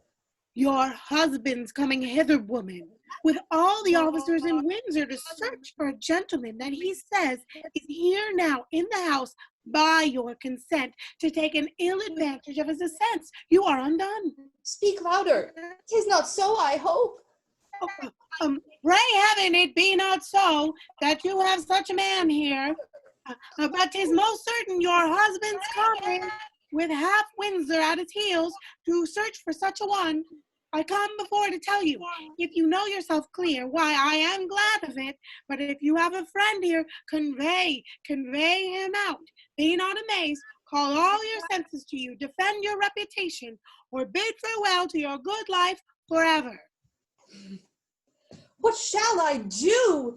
There is a gentleman, my dear friend, and I fear not mine own shame as much as his peril. I had rather than £1,000 he were out of the house. Oh, for shame! Never stand you had rather and you had rather. Your husband's here at hand. Bethink you of some conveyance. In the house you cannot hide him. Oh, how you have deceived me. Look, here is a basket. If he be of any reasonable stature, he may creep in here and throw foul linen upon him as if he were going to bucking. Or, it is whiting time. Send him by your 2 men to Datchet Mead. He's too big to go in there. What shall I do? Let me see it. Let me see it. Oh, let me see it. I'll in. All your friends' counsel. I'll in. What? Sir John Falstaff, are these your letters, knight? I love thee, and none but thee. Help me away. Let me creep in here. I'll never... Help to cover your master, boy. Call your men, Mistress Ford, you dissembling knight. What? John! Robert! John! Go take out these clothes here quickly. Where's the cowl staff? Hello, Drumble, carry them to the laundress and Jack Datchet. Quickly, come. Pray you come near. If I suspect without cause, why then make sport at me. Then let me be your jest. I deserve it. How now? Whither bear you this? To the laundress, forsooth. What have you to do whither they bear it? You were the best metal with the buck-washing. Buck! I would I could wash myself of the buck. Buck! Buck! I warrant you, buck. And of the season, too, shall appear. Gentlemen, I have dreamed tonight. I'll tell you my dream. Here, be my keys. Ascend my chambers, search, seek, find out. I'll warrant we'll unkennel the fox. Let me stop this way first. So, now uncape. Good, Master Ford, be contented. You wrong yourself too much. True. Master Page, up, gentlemen. You shall see sport anon. Follow me, gentlemen. This is very fantastical humors and jealousies. Agarth is not the fashion of France. It is not jealous in France. Nay, follow him, gentlemen. See the issue of his search. Is there not a double excellency in this? I know not which pleases me better, that my husband is deceived or Sir John. What a taking was he in when your husband asked who was in the basket? I'm half afraid he will have need of washing, so throwing him into the water will do him a benefit. Oh, hang him, dishonest rascal. I would all have the same strain were in the same distress. I think my husband hath some special suspicion of Falstaff's being here, for I never saw him so gross in his jealousy until now. I will lay a plot to try that, and we will yet have more tricks with Falstaff. His dissolute disease will scarce obey this medicine. Shall we send that foolish carrion mistress quickly to him, and excuse his throwing into the water, and give him another hope, to betray him to another punishment? We will do it. Let him be sent for tomorrow, 8 o'clock, to have amends. I cannot find him. Maybe the knave bragged of that he could not compass. Heard you that. I peace, you use me well, Master Ford, do you? Aye, I do so. Heaven make you better than your thoughts. Amen. You do yourself mighty wrong, Master Ford. I must bear it. If there be any putty in the house, and in the chambers, and in the coffers, and in the presses, heaven forgive me my sins at the day of the judgment. No, I do. There's no bodies. Aye, fine, Master Ford. Are you not ashamed? What spirit, what devil suggests this imagination? I would not hire distemper in this kind for the wealth of Windsor Castle. Oh, 'tis my fault, Master Page. I suffer for it. You suffer from a bad conscience. Your wife is as honest an woman as I will desire among 5,000, and 500 too. I see. It is an honest woman. Well, I promised you a dinner. Come, walk in the park. I pray you pardon me. I will hereafter make known to you why I have done this. Come, wife. Come, Mistress Page. I pray you, pardon me. Pray heartily pardon me. Let's go in, gentlemen, but trust me, we'll mock him. I do invite you tomorrow morning to my house to breakfast. After we'll a birding together. I have a fine hawk for the bush. Shall it be so? Anything. If there is one, I shall make a 2 in the company. If there be 1 or 2, I shall make the 3rd. Pray you go, Master Page. I pray you now, remembrance tomorrow on the lousy knave, mine host. That is good, by God, with all my heart. A lousy knave, to have his gibes and his mockeries. Act the 3rd, Scene 4, a room in Page's house. I cannot get thy father's love. Therefore, no more turn me to him, sweet man. Alas, how then? Why, thou must be thyself. He doth object I am too great of birth, and that my state being galled with my expense, I seek to heal it only by his wealth. Besides these other bars he lays before me, my riots past, my wild societies, and tells me 'tis a thing impossible. I should love thee but as a property. Maybe he tells you true. No, heaven so speed me in my time to come. Albeit I will confess thy father's wealth was the first motive that I wooed thee, and yet wooing thee I found thee of more value than stamps in gold or sums in sealed bags. And 'tis the very riches of thyself that now I aim at. Gentle Master Fenton, yet seek my father's love. Still seek it, sir. If opportunity in humblest suit cannot attain it, why then, hark you hither.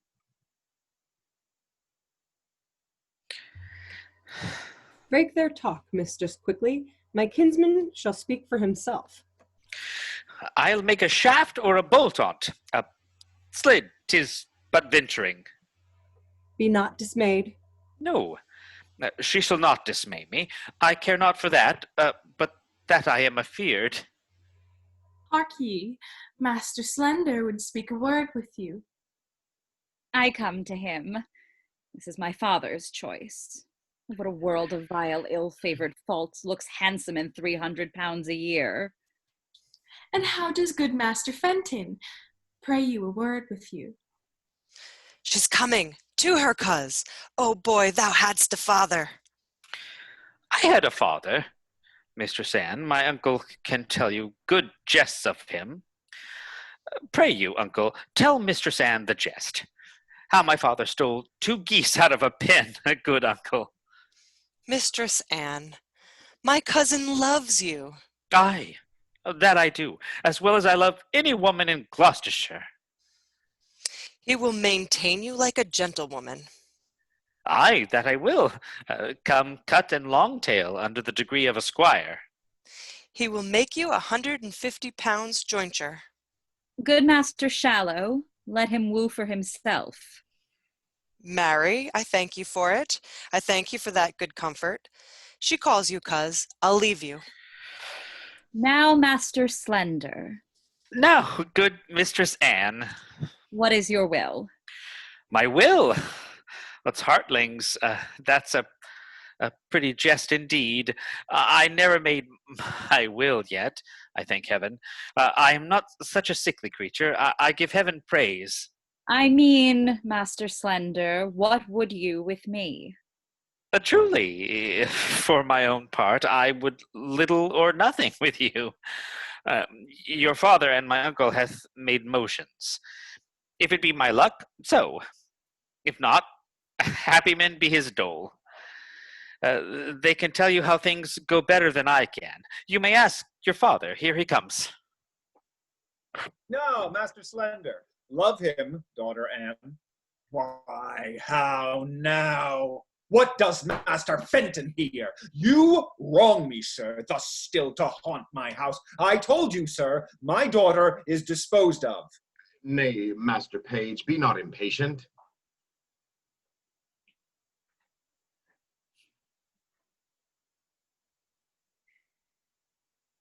It's me. Good Master Fenton, come not to my child. She is no match for you. Sir, will you hear me? No, good Master Fenton. Come, Master Shallow, come, son Slender, in. Knowing my mind, you wrong me, Master Fenton. Speak to Mistress Page. Good Mistress Page, for that I love your daughter in such a righteous fashion as I do, perforce against all checks, rebukes, and manners, I must advance the colors of my love and not retire. Let me have your good will. Good mother, do not marry me to yon fool. I mean it not. I seek you a better husband. That's my master, Master Doctor. Alas, I had rather be set quick in the earth and bowled to death with turnips. Trouble not yourself. Good Master Fenton, I will not be your friend nor enemy. My daughter will, I question how she loves you, and as I find her, so am I affected. Till then, farewell, sir. She must needs go in. Her father will be angry. Farewell, gentle mistress. Farewell, man. This is my doing now. Nay, said I, will you cast away your child on a fool and a physician? Look on Master Fenton. This is my doing. I thank thee, and I pray thee, once tonight, give my sweet Nan this ring. There's for thy pains. Now heaven send thee good fortune. A kind heart he hath. A woman would run through fire and water for such a kind heart.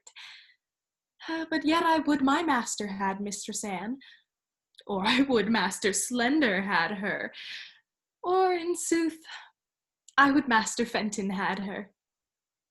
I will do what I can for them all 3, for so I have promised, and I'll be as good as my word. But specially for Master Fenton. Well, I must have another errand to Sir John Falstaff for my 2 mistresses. What a beast am I to slack it. Act the 3rd, Scene 5, a room in the Garter Inn. Bardolph, I say. Here, sir.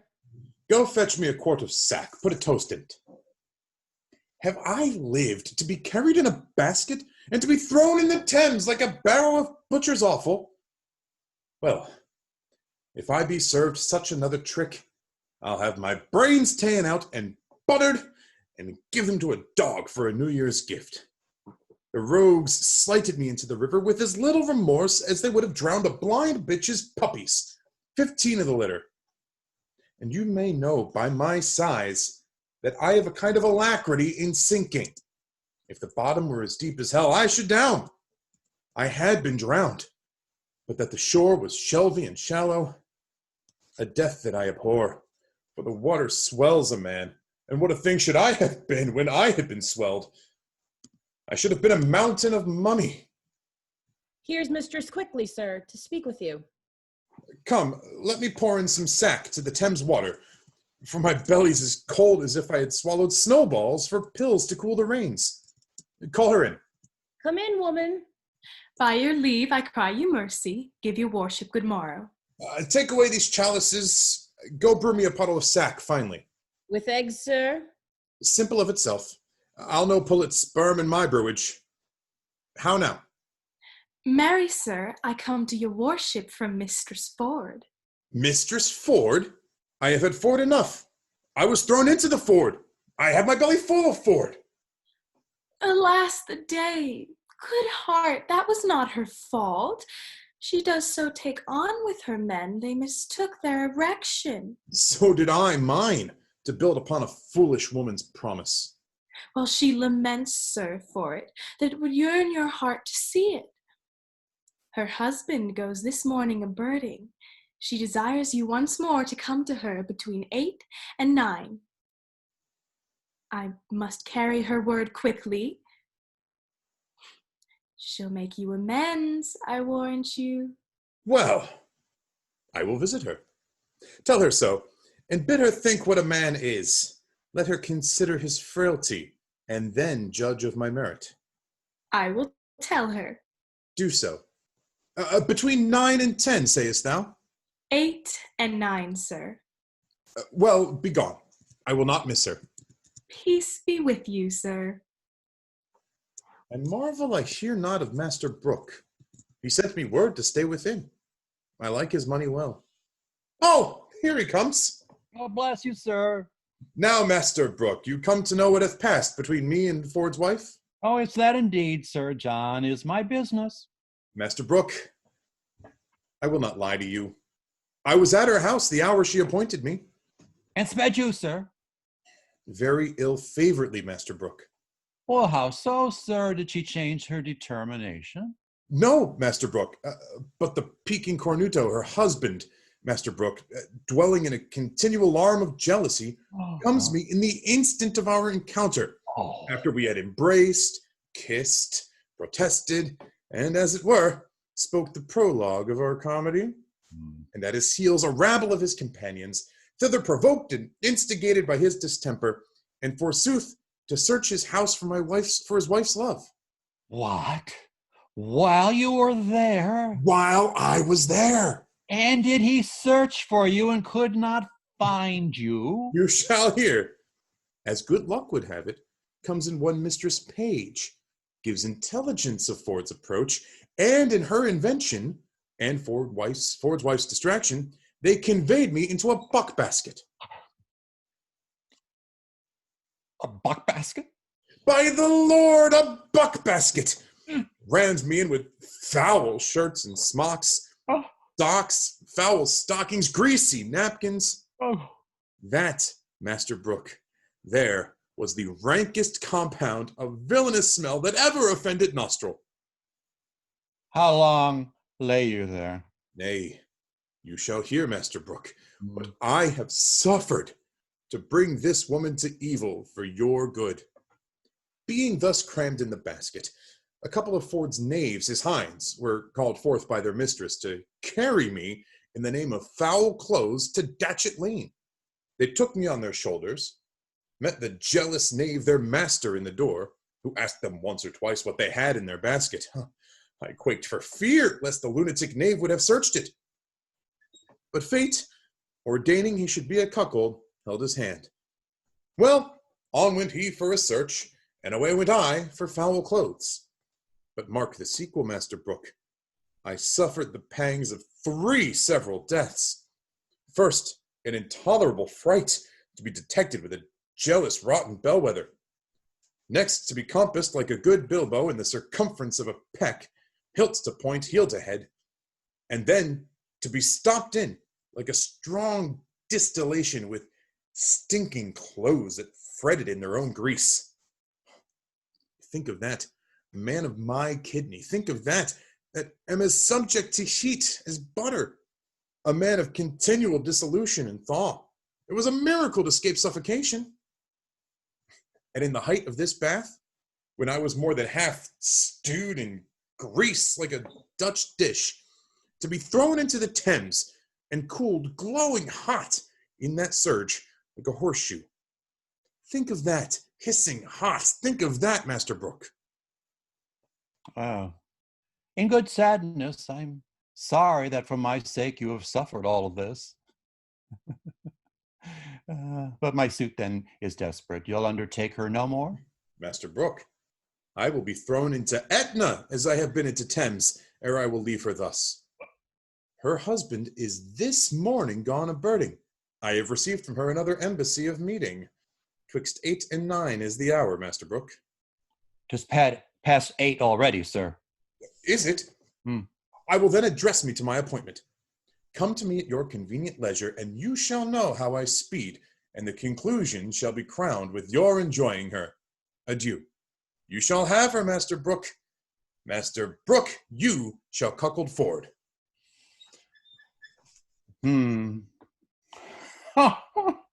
Is this a vision? Is this a dream? Do I sleep? Master Ford, oh, awake. Oh, Master Ford, there's a hole made in your best coat, Master Ford.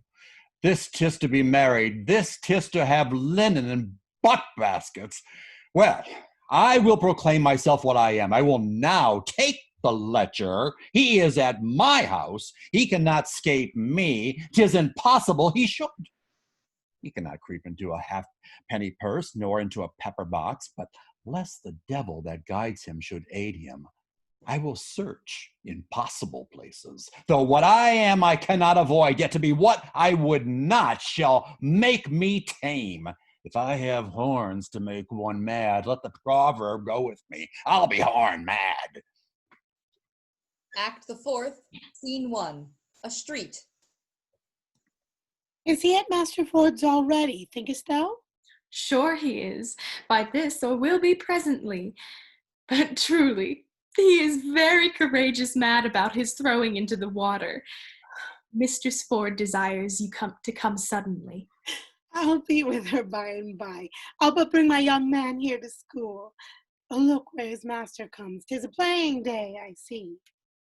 How now, Sir Hugh, no school today? No, Master Slender has let the boys leave to play. Blessing of his heart. Sir Hugh, my husband says my son profits nothing in the world at his book. I pray you, ask him some questions in his accidents. Come hither, William. Hold up your head, come. Come on, sirrah. Hold up your head, answer your master, be not afraid. William, how many numbers is in nouns? 2. Truly, I thought there had been one number more, because they say odds nouns. Peace your tatlings. What is fair, William? Poulture. Polecats. There are fairer things than polecats, sure. Your very simplicity, woman. I tell you, pray peace. What is lapis, William? A stone. And what is a stone, William?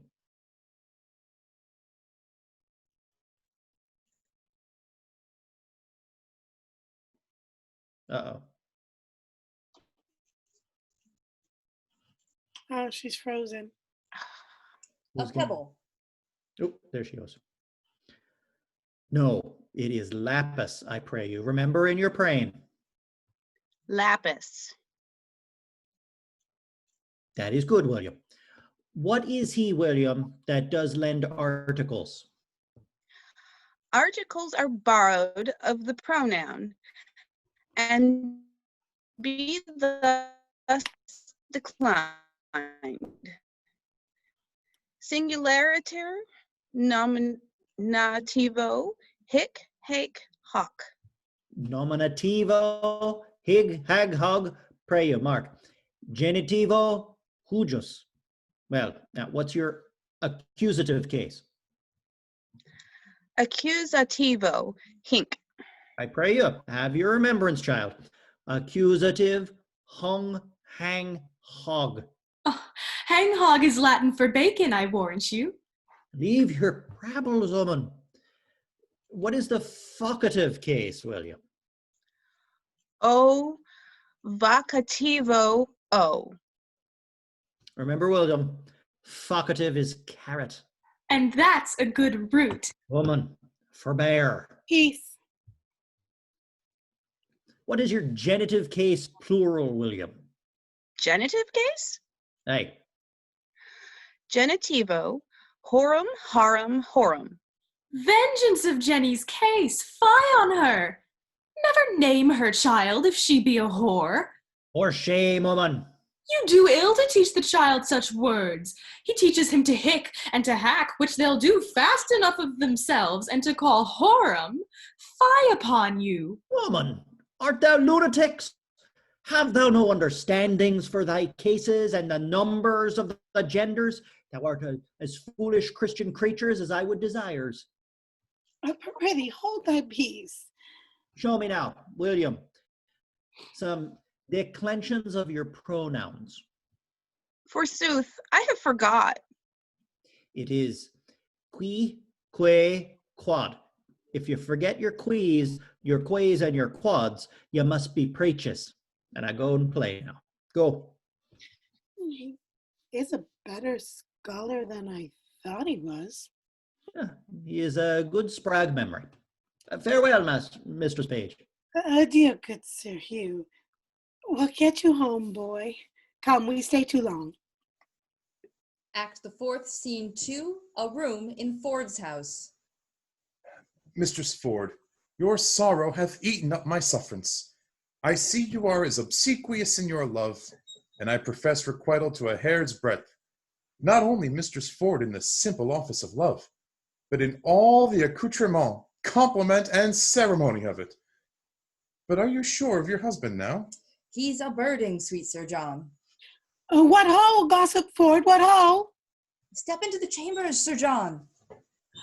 How now, sweetheart? Who's at home besides yourself? Why, none but mine own people. Indeed. No, certainly. Speak louder. Truly, I am so glad you have nobody here. Why? Why, woman, your husband is in his old looms again. He so takes on yonder with my husband, so rails against all married mankind, so curses all Eve's daughters of what complexion soe'er, and so buffets himself on the forehead, crying, peer out, that any madness I ever yet beheld seems but tameness, civility, and patience. To this his distemper he is in now. I am glad the fat knight is not here. Why? Does he talk of him? Of none but him, and swears he was carried out the last time he searched for him in a basket. Protest to my husband he is now here, and hath drawn him the rest of the company from their sport to make another experiment of his suspicion. But I am glad the knight is not here. Now he shall see his own foolery. How near is he, Mistress Page? Hard by, at street end, he will be here anon. I am undone. The knight is here. Why, then you are utterly shamed, and he's but a dead man. What a woman are you.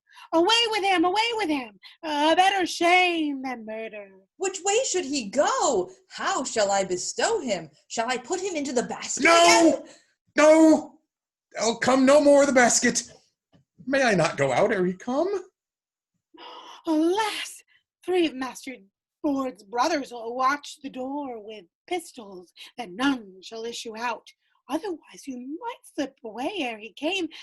But what make you here? What shall I do? I'll creep up into the chimney. There they always use to discharge their burning pieces.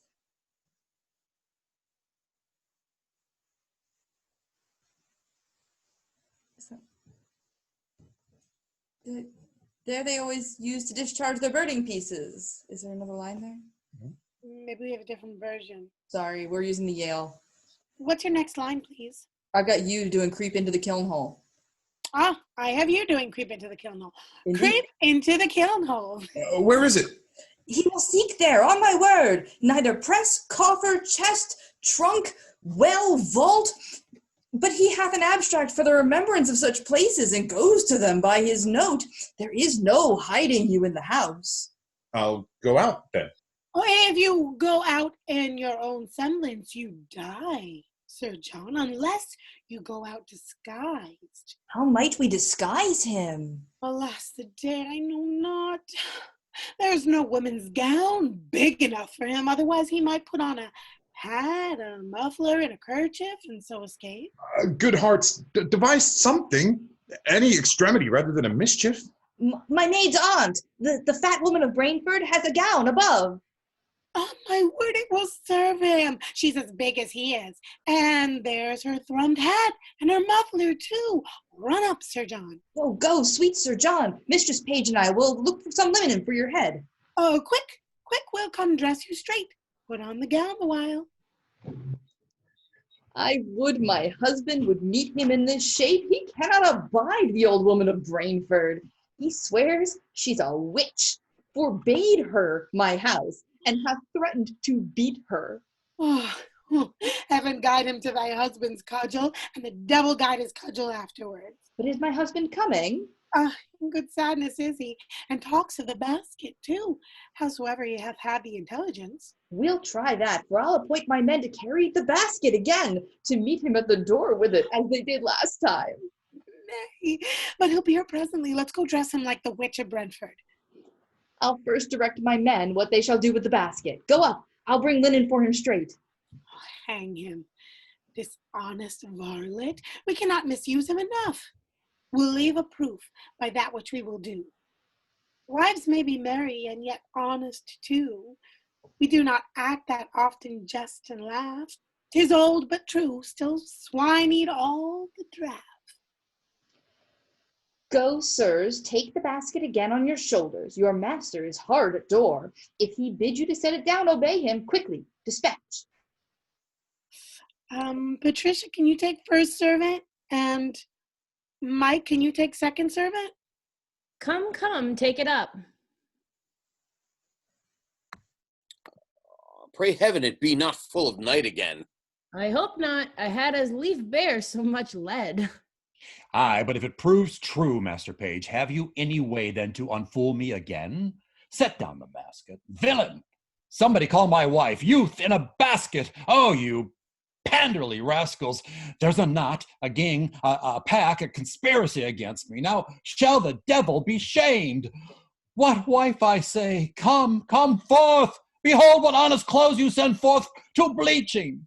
Why, this passes, Master Ford. You are not to go loose any longer. You must be pinioned.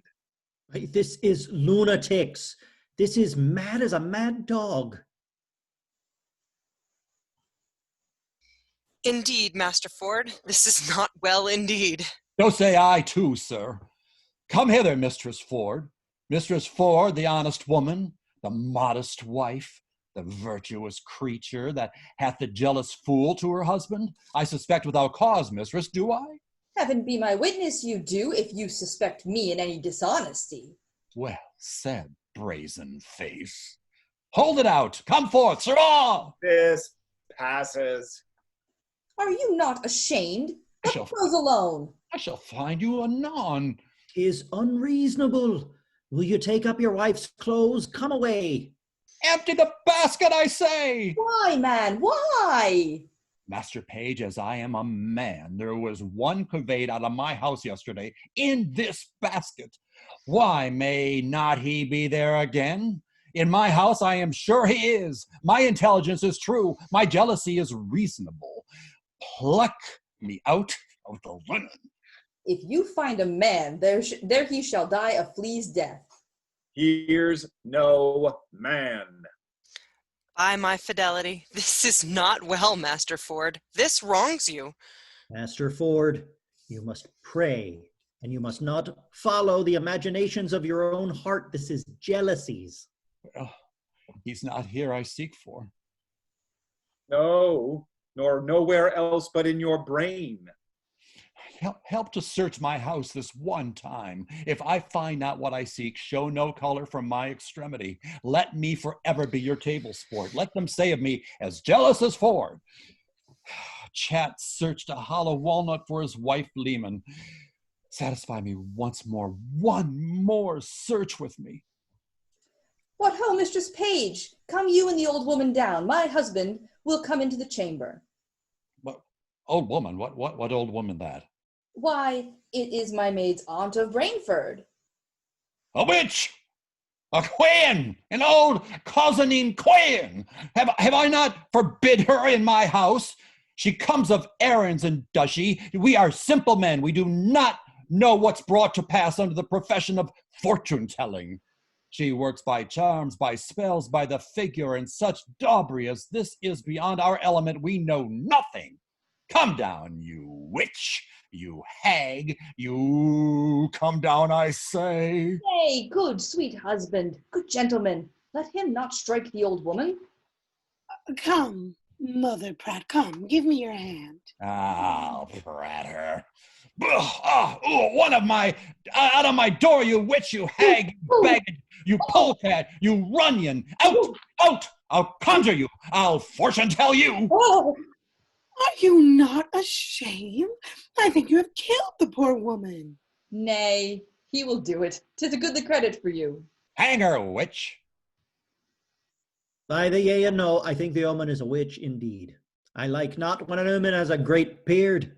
I spy a great beard under her muffler. Will you follow, gentlemen? I beseech you, follow. See but the issue of my jealousy. If I cry out thus upon no trail, never trust me when I open again. Let's obey his humor a little further. Come, gentlemen. Trust me, he beat him most pitifully. Nay, by the mass that he did not. He beat him most unpitifully, methought. I'll have the cudgel hallowed and hung o'er the altar. It hath done meritorious service. What think you? May we, with the warrant of womanhood and the witness of a good conscience, pursue him with any further revenge? The spirit of wantonness is sure scared out of him. If the devil have him not in fee simple, with fine and recovery, he will never, I think, in the way of waste attempt us again. Shall we tell our husbands how we have served him? Yes, by all means. If it be but to scrape the figures out of your husband's brains, if they can find in their hearts the poor unvirtuous fat knight shall be any further afflicted, we too will still be the ministers. I'll warrant they'll have him publicly shamed, and methinks there would be no period to the jest, should he not be publicly shamed. Come, to the forge with it then. Shape it. I would not have things cool. Act the 4th, Scene 3, a room in the Garter Inn. Sir, the Germans desire to have 3 of your horses. The Duke himself will be tomorrow at court, and they are going to meet him. What Duke should that be come so secretly? I hear not of him in the court. Let me speak with the gentlemen. They speak English? Aye, sir. I'll call them to you. They shall have my horses, but I'll make them pay. I'll sauce them. They have had my house a week at command. I have turned away my other guests. They must come off. I'll sauce them. Come. Act the 4th, Scene 4, a room in Ford's house. Is one of the best discretions of a woman as ever I did look upon. And did he send you both these letters at an instant? Within a quarter of an hour. Pardon me, wife. Henceforth do what thou wilt. I rather will suspect the son with cold than thee with wantonness. Now doth thy honor stand in him that was of late a heretic, as firm as faith. 'Tis well, no more. Be not as extreme in submission as in offense, but let our plot go forward. Let our wives, yet once again to make us public sport, appoint a meeting with this old fat fellow, where we may take him and disgrace him for it. Oh, there is no better way than that they spoke of. How? To send him word that they'll meet him in the park at midnight? Fie, he'll never come. You say he has been thrown in the rivers and has been grievously beaten as an old woman. Methinks there should be terrors in him that he should not come. Methinks his flesh is punished, he shall have no desires. So think I too. Devise but how you'll use him when he comes, and let us two devise to bring him thither. There is an old tale, goes that Herne the hunter, sometime a keeper here in the Windsor forest, doth all the winter time, at still midnight, walk round an oak with great ragged horns. And there he blasts a tree and takes a cattle and makes milk kine yield blood and shakes a chain in a most hideous and dreadful manner. You have heard of such a spirit, and well you know the superstitious idol headed eld received and did deliver to our age this tale of Herne the hunter for a truth. Why, yet there want not many that do fear in deep of night to walk by this Herne's oak. But what of this? Marry, this is our device, that Falstaff at that oak shall meet with us, disguised like Herne with huge horns on his head.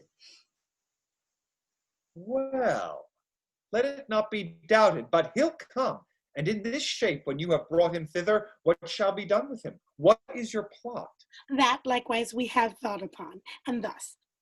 Nan Page, my daughter, and my little son, and 3 or 4 more of their growth, will dress like urchins, oafs, and fairies, green and white, with rounds of waxen tapers on their head, and rattles in their hands.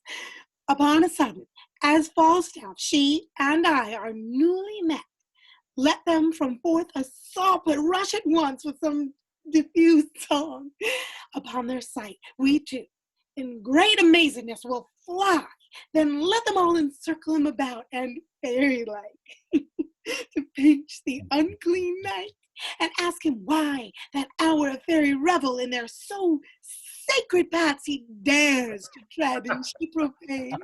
Until he tell the truth, let the supposed fairies pinch him sound and burn him with their tapers. The truth being known, we'll all present ourselves, dishorn the spirit, and mock him home to Windsor. Now, the children must be practiced well to this.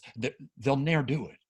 I will teach the children their behaviors, and I will be like a jackanape also, to burn the night with my tabor. Ooh, that will be excellent. I'll go and buy them vizards.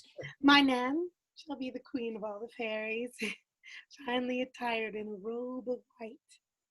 That silk will I go buy, and in that time shall Master Slender steal my Nan away and marry her at Eton. Go send to Falstaff straight. Nay, I'll to him again in the name of Brooke. He'll tell me all his purpose. Sure, he'll come. Fear not you that. Go get us properties and tricking for our fairies. Let us about it. It is admirable pleasures and very honest knaveries. Go, Mistress Ford. Send quickly to Sir John to know his mind. I'll to the doctor. He hath my good will, and none but he to marry with Nan Page. That Slender, though well landed, is an idiot, and he my husband best of all effects. The doctor is well moneyed, and his friends potent at court. He, none but he shall have her, though 20,000 worthier come to crave her. Act the 4th, Scene 5, a room at the Garter Inn. What wouldst thou have, boor? What, thick skin? Speak, breathe, discuss. Brief, short, quick, snap. Marry, sir, I come to speak with Sir John Falstaff from Master Slender. There's his chamber, his house, his castle, his standing bed and truckle bed. 'Tis painted about with the story of the prodigal, fresh and new. Go, knock and call. Hell speak like an Anthropophaginian unto thee. Knock, I say. There's an old woman, a fat woman, gone up into his chamber. I'll be so bold as stay, sir, so she comes down. I come to speak with her indeed. A fat woman. The knight may be robbed. I'll call. Bully knight! Bully Sir John! Speak from thy lungs military. Art thou there? It is thine host, thine Ephesian calls. How now, mine host? Here's a Bohemian Tartar carries the coming down of thy fat woman. Let her descend, bully, let her descend. My chambers are honorable. Fie, Privacy? Fie! There was, mine host, an old fat woman even now with me, but she's gone. Pray you, sir, was it not the wise woman of Brentford? Aye, Mary, was it? Muscle shell. What would you with her? My master, sir, Master Slender, sent to her, seeing her go through the streets, to know, sir, whether one nymph, sir, that beguiled him of a chain, had the chain or no. I spake with the old woman about it. And what says she, I pray, sir? Mary, she says that the very same man that beguiled Master Slender of his chain cozened him of it. I would I could have spoken with the woman herself. I had other things to have spoken with her, too, from him. Well, what are they? Let us know. I come quick. I may not conceal them, sir. Conceal them, or thou diest. Why, sir? They were nothing about, Mistress Anne Page, to know if it were my master's fortune to have her, or no. 'Tis his fortune. What, sir? To have her, or no. Go, say the woman told me so. May I be bold to say so, sir? Aye, sir. Like who more bold? I thank you, worship. I shall make my master glad with these tidings. Thou art clerkly, Sir John. Was there a wise woman with thee? Aye, that there was, mine host. One that hath taught me more wit than ever I learned before in my life. And I paid nothing for it neither, but was paid for my learning. Out, alas, sir! Cozenage! Mere cozenage! Where be my horses? Speak well of them, Varletto. Run away with the cozeners! For so soon as I came beyond Eaton, they threw me off from behind one of them, in the slough of mire, and set spurs away like 3 German devils, 3 Dr. Faustuses. They are gone but to meet the Duke, villain. Do not say they be fled. Germans are honest men. Where is mine host? What is the matter, sir? Have a care of your entertainments. There is a friend of mine come to town, tells me that there's 3 cousin Germans that has cozened all the hosts of riddance, of Maidenhead, of Colebrook, of horses and money. I tell you, for goodwill, look you, you're wise and full of jibes and flouting stocks, and 'tis not convenient you should be cozened. Fare you well. There's mine host desertir. Here, Master Doctor, in perplexity and doubtful dilemma. I cannot tell what is that, but it is telling me that you make great preparation for a Duke de Germany, but my troth, there is no Duke to the court now to come. I tell you for goodwill, adieu. Hue and cry, villain, go! Assist me, knight. I am undone. Fly, run, hue and cry, villain, I am undone! I would all the world might be cozened, for I have been cozened and beaten too. If it should come to the ear of the court how I have been transformed, and how my transformation hath been washed and cudgeled, they would melt me out of my fat, drop by drop, and liquor fisherman's boot with me. I warrant they would whip me with their fine wits till I were as crestfallen as a dried pear. I never prospered since I forswore myself at Primero. Well, if my mind were but long enough to say my prayers, I would repent. Now whence come you? From the 2 parties, forsooth. The devil take one party, and is damned the other, and so they shall both be bestowed. I have suffered more for their sakes, more than the villainous inconstancy of man's disposition is able to bear. And have they not suffered? Yes, I warrant, especially one of them, Mistress Ford, good heart, is beaten black and blue that you cannot see a white spot about her. What tellest thou me of black and blue? I was beaten myself into all the colors of the rainbow, and I was like to be apprehended for the witch of Brainford, but that my admirable dexterity of wit, my counterfeiting the action of an old woman, delivered me. The knave constable had set me in the stocks, the common stocks, for a witch. Sir, let me speak with you in your chamber. You shall hear how things go, and I warrant to your content. Here is a letter will say somewhat. Good hearts, what ado here's to bring you together? Sure one of you does not serve heaven well, that you are so crossed. Come up into my chamber. Act the 4th, Scene 6, another room in the Garter Inn. Master Fenton, talk not to me. My mind is heavy. I will give over all.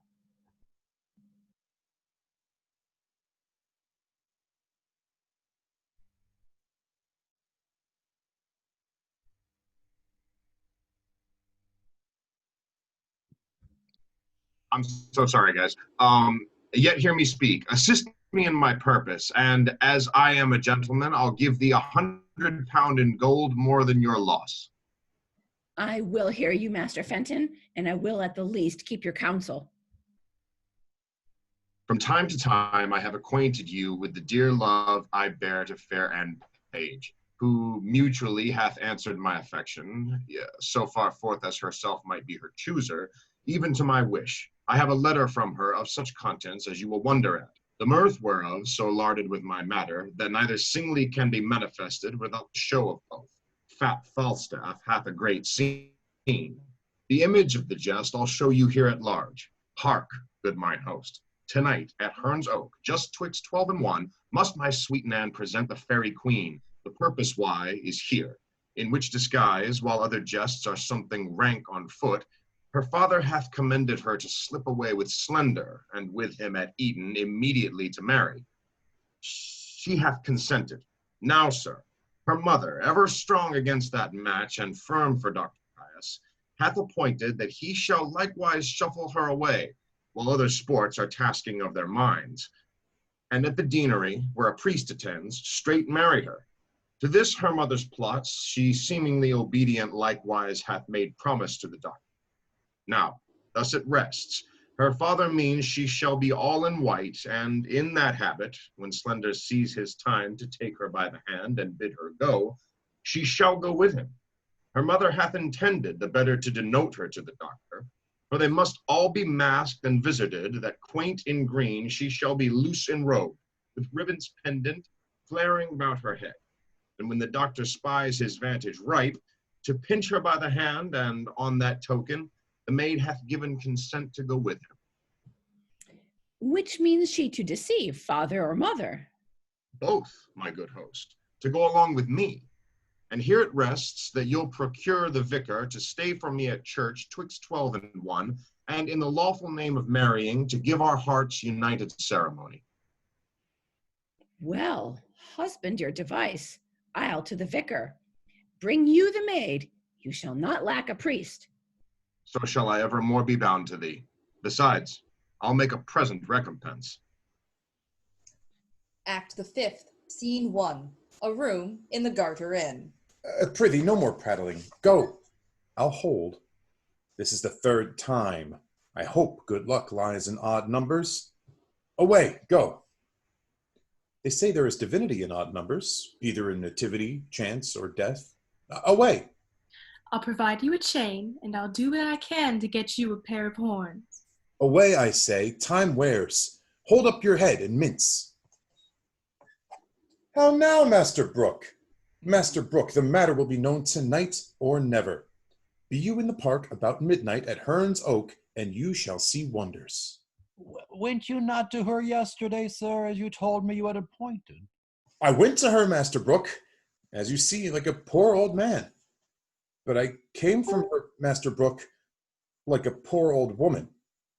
That same knave Ford, her husband, hath the finest mad devil of jealousy in him, Master Brooke, that ever governed frenzy. I will tell you, he beat me grievously in the shape of a woman. For in the shape of a man, Master Brooke, I fear not Goliath with a weaver's beam, because I know also life is a shuttle. I am in haste. Go along with me. I'll tell you all, Master Brooke. Since I plucked geese, played truant, and whipped top, I knew not what it was to be beaten till lately. Follow me. I'll tell you strange things of this knave Ford, on whom tonight I will be revenged, and I will deliver his wife into your hand. Follow. Strange things in hand, Master Brooke. Follow. Act the 5th, Scene 2, Windsor Park.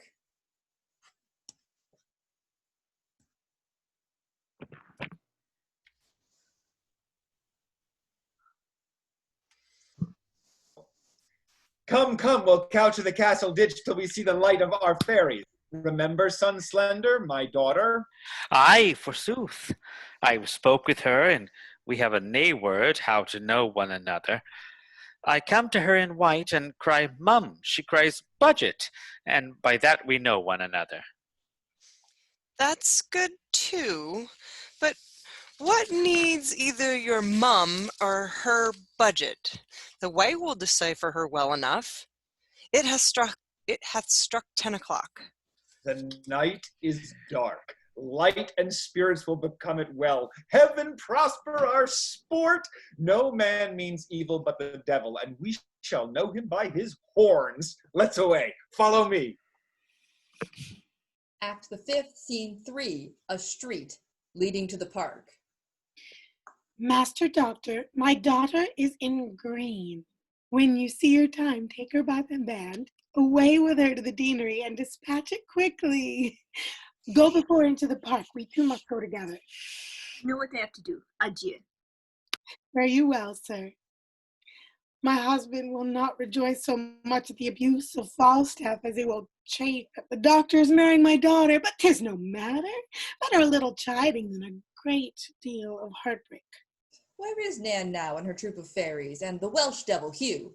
They are all couched in a pit hard by Herne's Oak with obscured lights, which, at the very instant of Falstaff's in our meeting, they will at once display to the knight. That cannot choose but amaze him. If he be not amazed, he will be mocked. If he be amazed, he will be every way be mocked. We'll betray him finely. Against such lewdsters and their lechery, those that betray them do no treachery. The hour draws on. To the oak! To the oak! Act the 5th, Scene 4, Windsor Park. Trib, trib, fairies, come and remember your parts. Be bold, I pray you. Follow me into the pit. And when I give the watchwords, do as I bid you. Come, come, trib, trib. Act the 5th, Scene 5, another part of the park. The Windsor bell hath struck 12. The minute draws on. Now the hot-blooded gods assist me. Remember, Jove, thou wast a bull for thy Europa, love set on thy horns. Oh, powerful love, that in some respects makes a beast a man, in some other, a man a beast. You were also, Jupiter, a swan for the love of Leda. Oh, omnipotent love, how near the god drew to the complexion of a goose. A fault's done first in the form of a beast. Oh, Jove, a beastly fault, and then another fault in the semblance of a fowl. Think on's, Jove, a foul fault. When gods have hot backs, what shall poor men do? For me, I am here a Windsor stag, and the fattest, I think, of the forest. Send me a cool rut time, Jove, or who can blame me to piss my tallow? Who comes here? My doe? Sir John, art thou here, my dear? My male dear? My doe with the black scut. Let the sky rain potatoes. Let it thunder to the tune of Greensleeves. Hail, kissing comfits, and snow haringos. Let there come a tempest of provocation. I will shelter me here. Mistress Pages, come with me, sweetheart. Divide me like a bribed buck, each a haunch. I will keep my sides to myself, my shoulders for the fellow of this walk, and my horns I bequeath your husbands. Am I a woodman, huh? Speak I like Herne the hunter? Why, now is Cupid a child of conscience? He makes restitution. And as I am a true spirit, welcome. Alas, what noise! Heaven, forgive us our sins! Oh, what should this be? Away, away! Oh, I think the devil will not have me damned, lest the oil that is in me should set hell on fire. He would never else cross me thus. Fairies, black, gray, green, and white, you moonshine revelers in shades of night, you orphan heirs of fixed destiny, attend your office and your quality. Crier hobgoblin, make the fairy oys. Elves, list your names. Silence, you airy toys. Cricket, to Windsor chimneys shalt thou leap, where files thou find'st unraked and hearths unswept. There pinch the maids as blue as bilberry. Our radiant queen hates sluts and sluttery. They are fairies. He that speaks to them shall die. I'll wink and couch. No man their works must I. Where's Beady? Go you, and where you find a maid that ere she sleep has thrice her prayers said, raise up the organs of her fantasy. Sleep she is sound as careless infancy. But those as sleep and think not on their sins, pinch them, arms, legs, backs, shoulders, sides, and shins. About, search Windsor Castle, elves, within and out. Strew good luck on every sacred room, that it may stand till the perpetual doom. In state as wholesome as in state 'tis fit, worthy the owner and the owner it. The several chairs of order look you scour, with juice of balm and every precious flower. Each fair installment coat and several crest, with loyal blazon evermore be blessed. And nightly meadow fairies, look you, sing, like to the garter's compass in a ring. The expressure that bears green let it be, more fertile fresh than all the field to see. And honeysuki malipons right, in emerald tufts, flowers purple, blue, and white. Let sapphire, pearl, and rich embroidery buckled below fair knighthood's bending knee. Fairies, use flowers for their charactery. Away, disperse, but till 'tis 1 o'clock, our dance of custom round about the oak of Herne the Hunter, let us not forget. Pray you, lock hand in hand, yourselves in order set, and 20 glow worms shall our lanterns be, to guide our measure round about the tree. But stay, I smell a man of Middle Earth. Heavens defend me from that Welsh fairy, lest he transform me to a piece of cheese. Vile worm, thou wast overlooked even in thy birth. With trial fire touch me his finger end. If he be chaste, the flame will back descend and turn him to no pain. But if he start, it is the flesh of a corrupted heart. Trial, come. Come, will this wood take fire? Corrupt and tainted in desire. About him fairies sing a scornful rhyme, and as you trip still pinch him to your time. Fie on sinful fantasy, fie on lust and luxury. Lust is but a bloody fire kindled with unchaste desire, fed in heart whose flames aspire as thoughts do blow them higher and higher.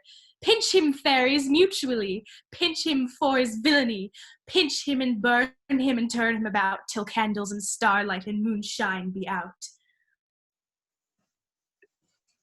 Nay, do not fly. I think we have watched you now. Will none but Herne the Hunter serve your turn? I pray you come, hold up the just no higher. Now, good Sir John, how like you Windsor wives? See you these husband? Do not these fair yokes become the force better than the town? Now, sir, who's a cuckold now? Master Brooke Falstaff's a knave, a cuckoldly knave. Here are his horns, Master Brooke. And Master Brooke, he hath enjoyed nothing of Ford's but his bucket basket, his cudgel, and 20 pounds of money, which must be paid to Master Brooke. His horses are arrested for it, Master Brooke.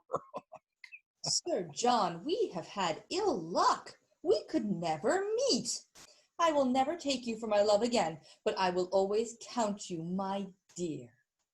I do begin to perceive that I am made an ass. I had an ox too. Both the proofs are extant. And these are not fairies? I was 3 or 4 times in the thought they were not fairies, and yet the guiltiness of my mind, the sudden surprise of my powers, drove the grossness of the foppery into a received belief, in despite of the teeth of all rhyme and reason, that they were fairies. See now how wit may be made a jackalent when 'tis upon ill employment. Sir John Falstaff, serve God, and leave your desires, and fairies will not pinch you. Well said, Fairy Hugh. And leave your jealousies too, I pray you. I will never mistrust my wife again till thou art able to woo her in good English. Have I laid my brain in the sun and dried it, that it wants matter to prevent so gross o'erreaching as this? Am I ridden with a Welsh goat too? Shall I have a coxcomb of fries? 'Tis time I were choked with a piece of toasted cheese. Cease is not good to give putter. Your belly is all butter. Cease and putter! Have I lived to stand at the taunt of one that makes fritters of English? This is enough to be the decay of lust and late walking through the realm. Why, Sir John, do you think, though we should have the virtue out of our hearts by the head and shoulders, and have given ourselves without scruple to hell, that ever the devil could have made you our delight? What? A hodge pudding? A bag of flax? A puffed man. Old, cold, withered, and of intolerable entrails. And one that is as slanderous as Satan. And as poor as Job. And as wicked as his wife. And given to fornications, and to taverns and sack, and wine and metheglins, and to drinkins and swearins and starins, pribbles and prabbles. Well, I am your theme. You have the start of me. I am dejected. I am not able to answer the Welsh flannel. Ignorance itself is a plummet o'er me. Use me as you will. Marry, sir, we'll bring you to Windsor to one Master Brooke, that you have cozened of money, to whom you should have been a pander, over and above that you have suffered. I think to repay that money will be a biting affliction. Nay, husband, let that go to make amends. Forgive that sum, and so we'll all be friends. Yet be cheerful, knight. Thou shalt eat a posset tonight at my house, where I will desire thee to laugh at my wife, that now laughs at thee. Tell her, Master Slender hath married her daughter. Doctors doubt that. If Anne Page be my daughter, she is by this Dr. Caius's wife. Whoa, ho, Father Page. Son, how now, son? Have you dispatched? Dispatched? I'll make the best in Gloucestershire known on't.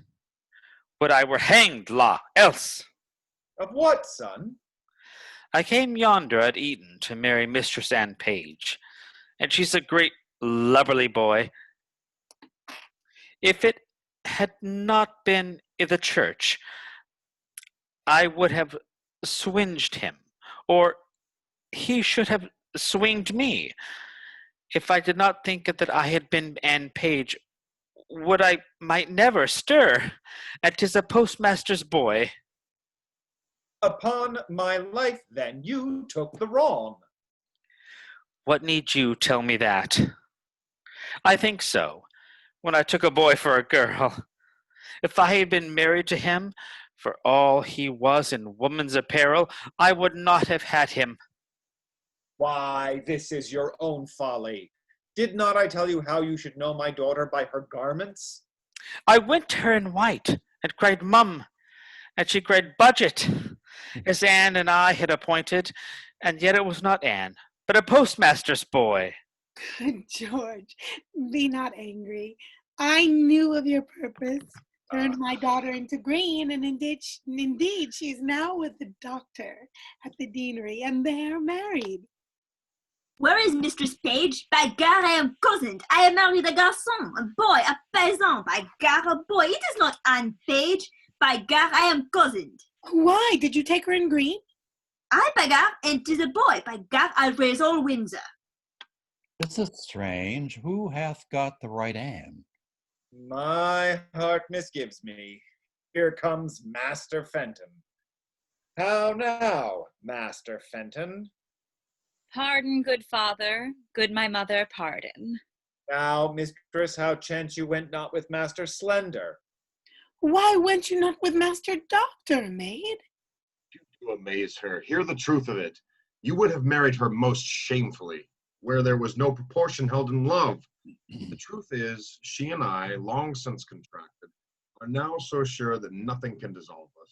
The offense is wholly that she hath committed, and this deceit loses the name of craft, of disobedience, or unduteous title, since therein she doth eviate and shun 1,000 irreligious cursed hours, which forced marriage would have been wrought upon her.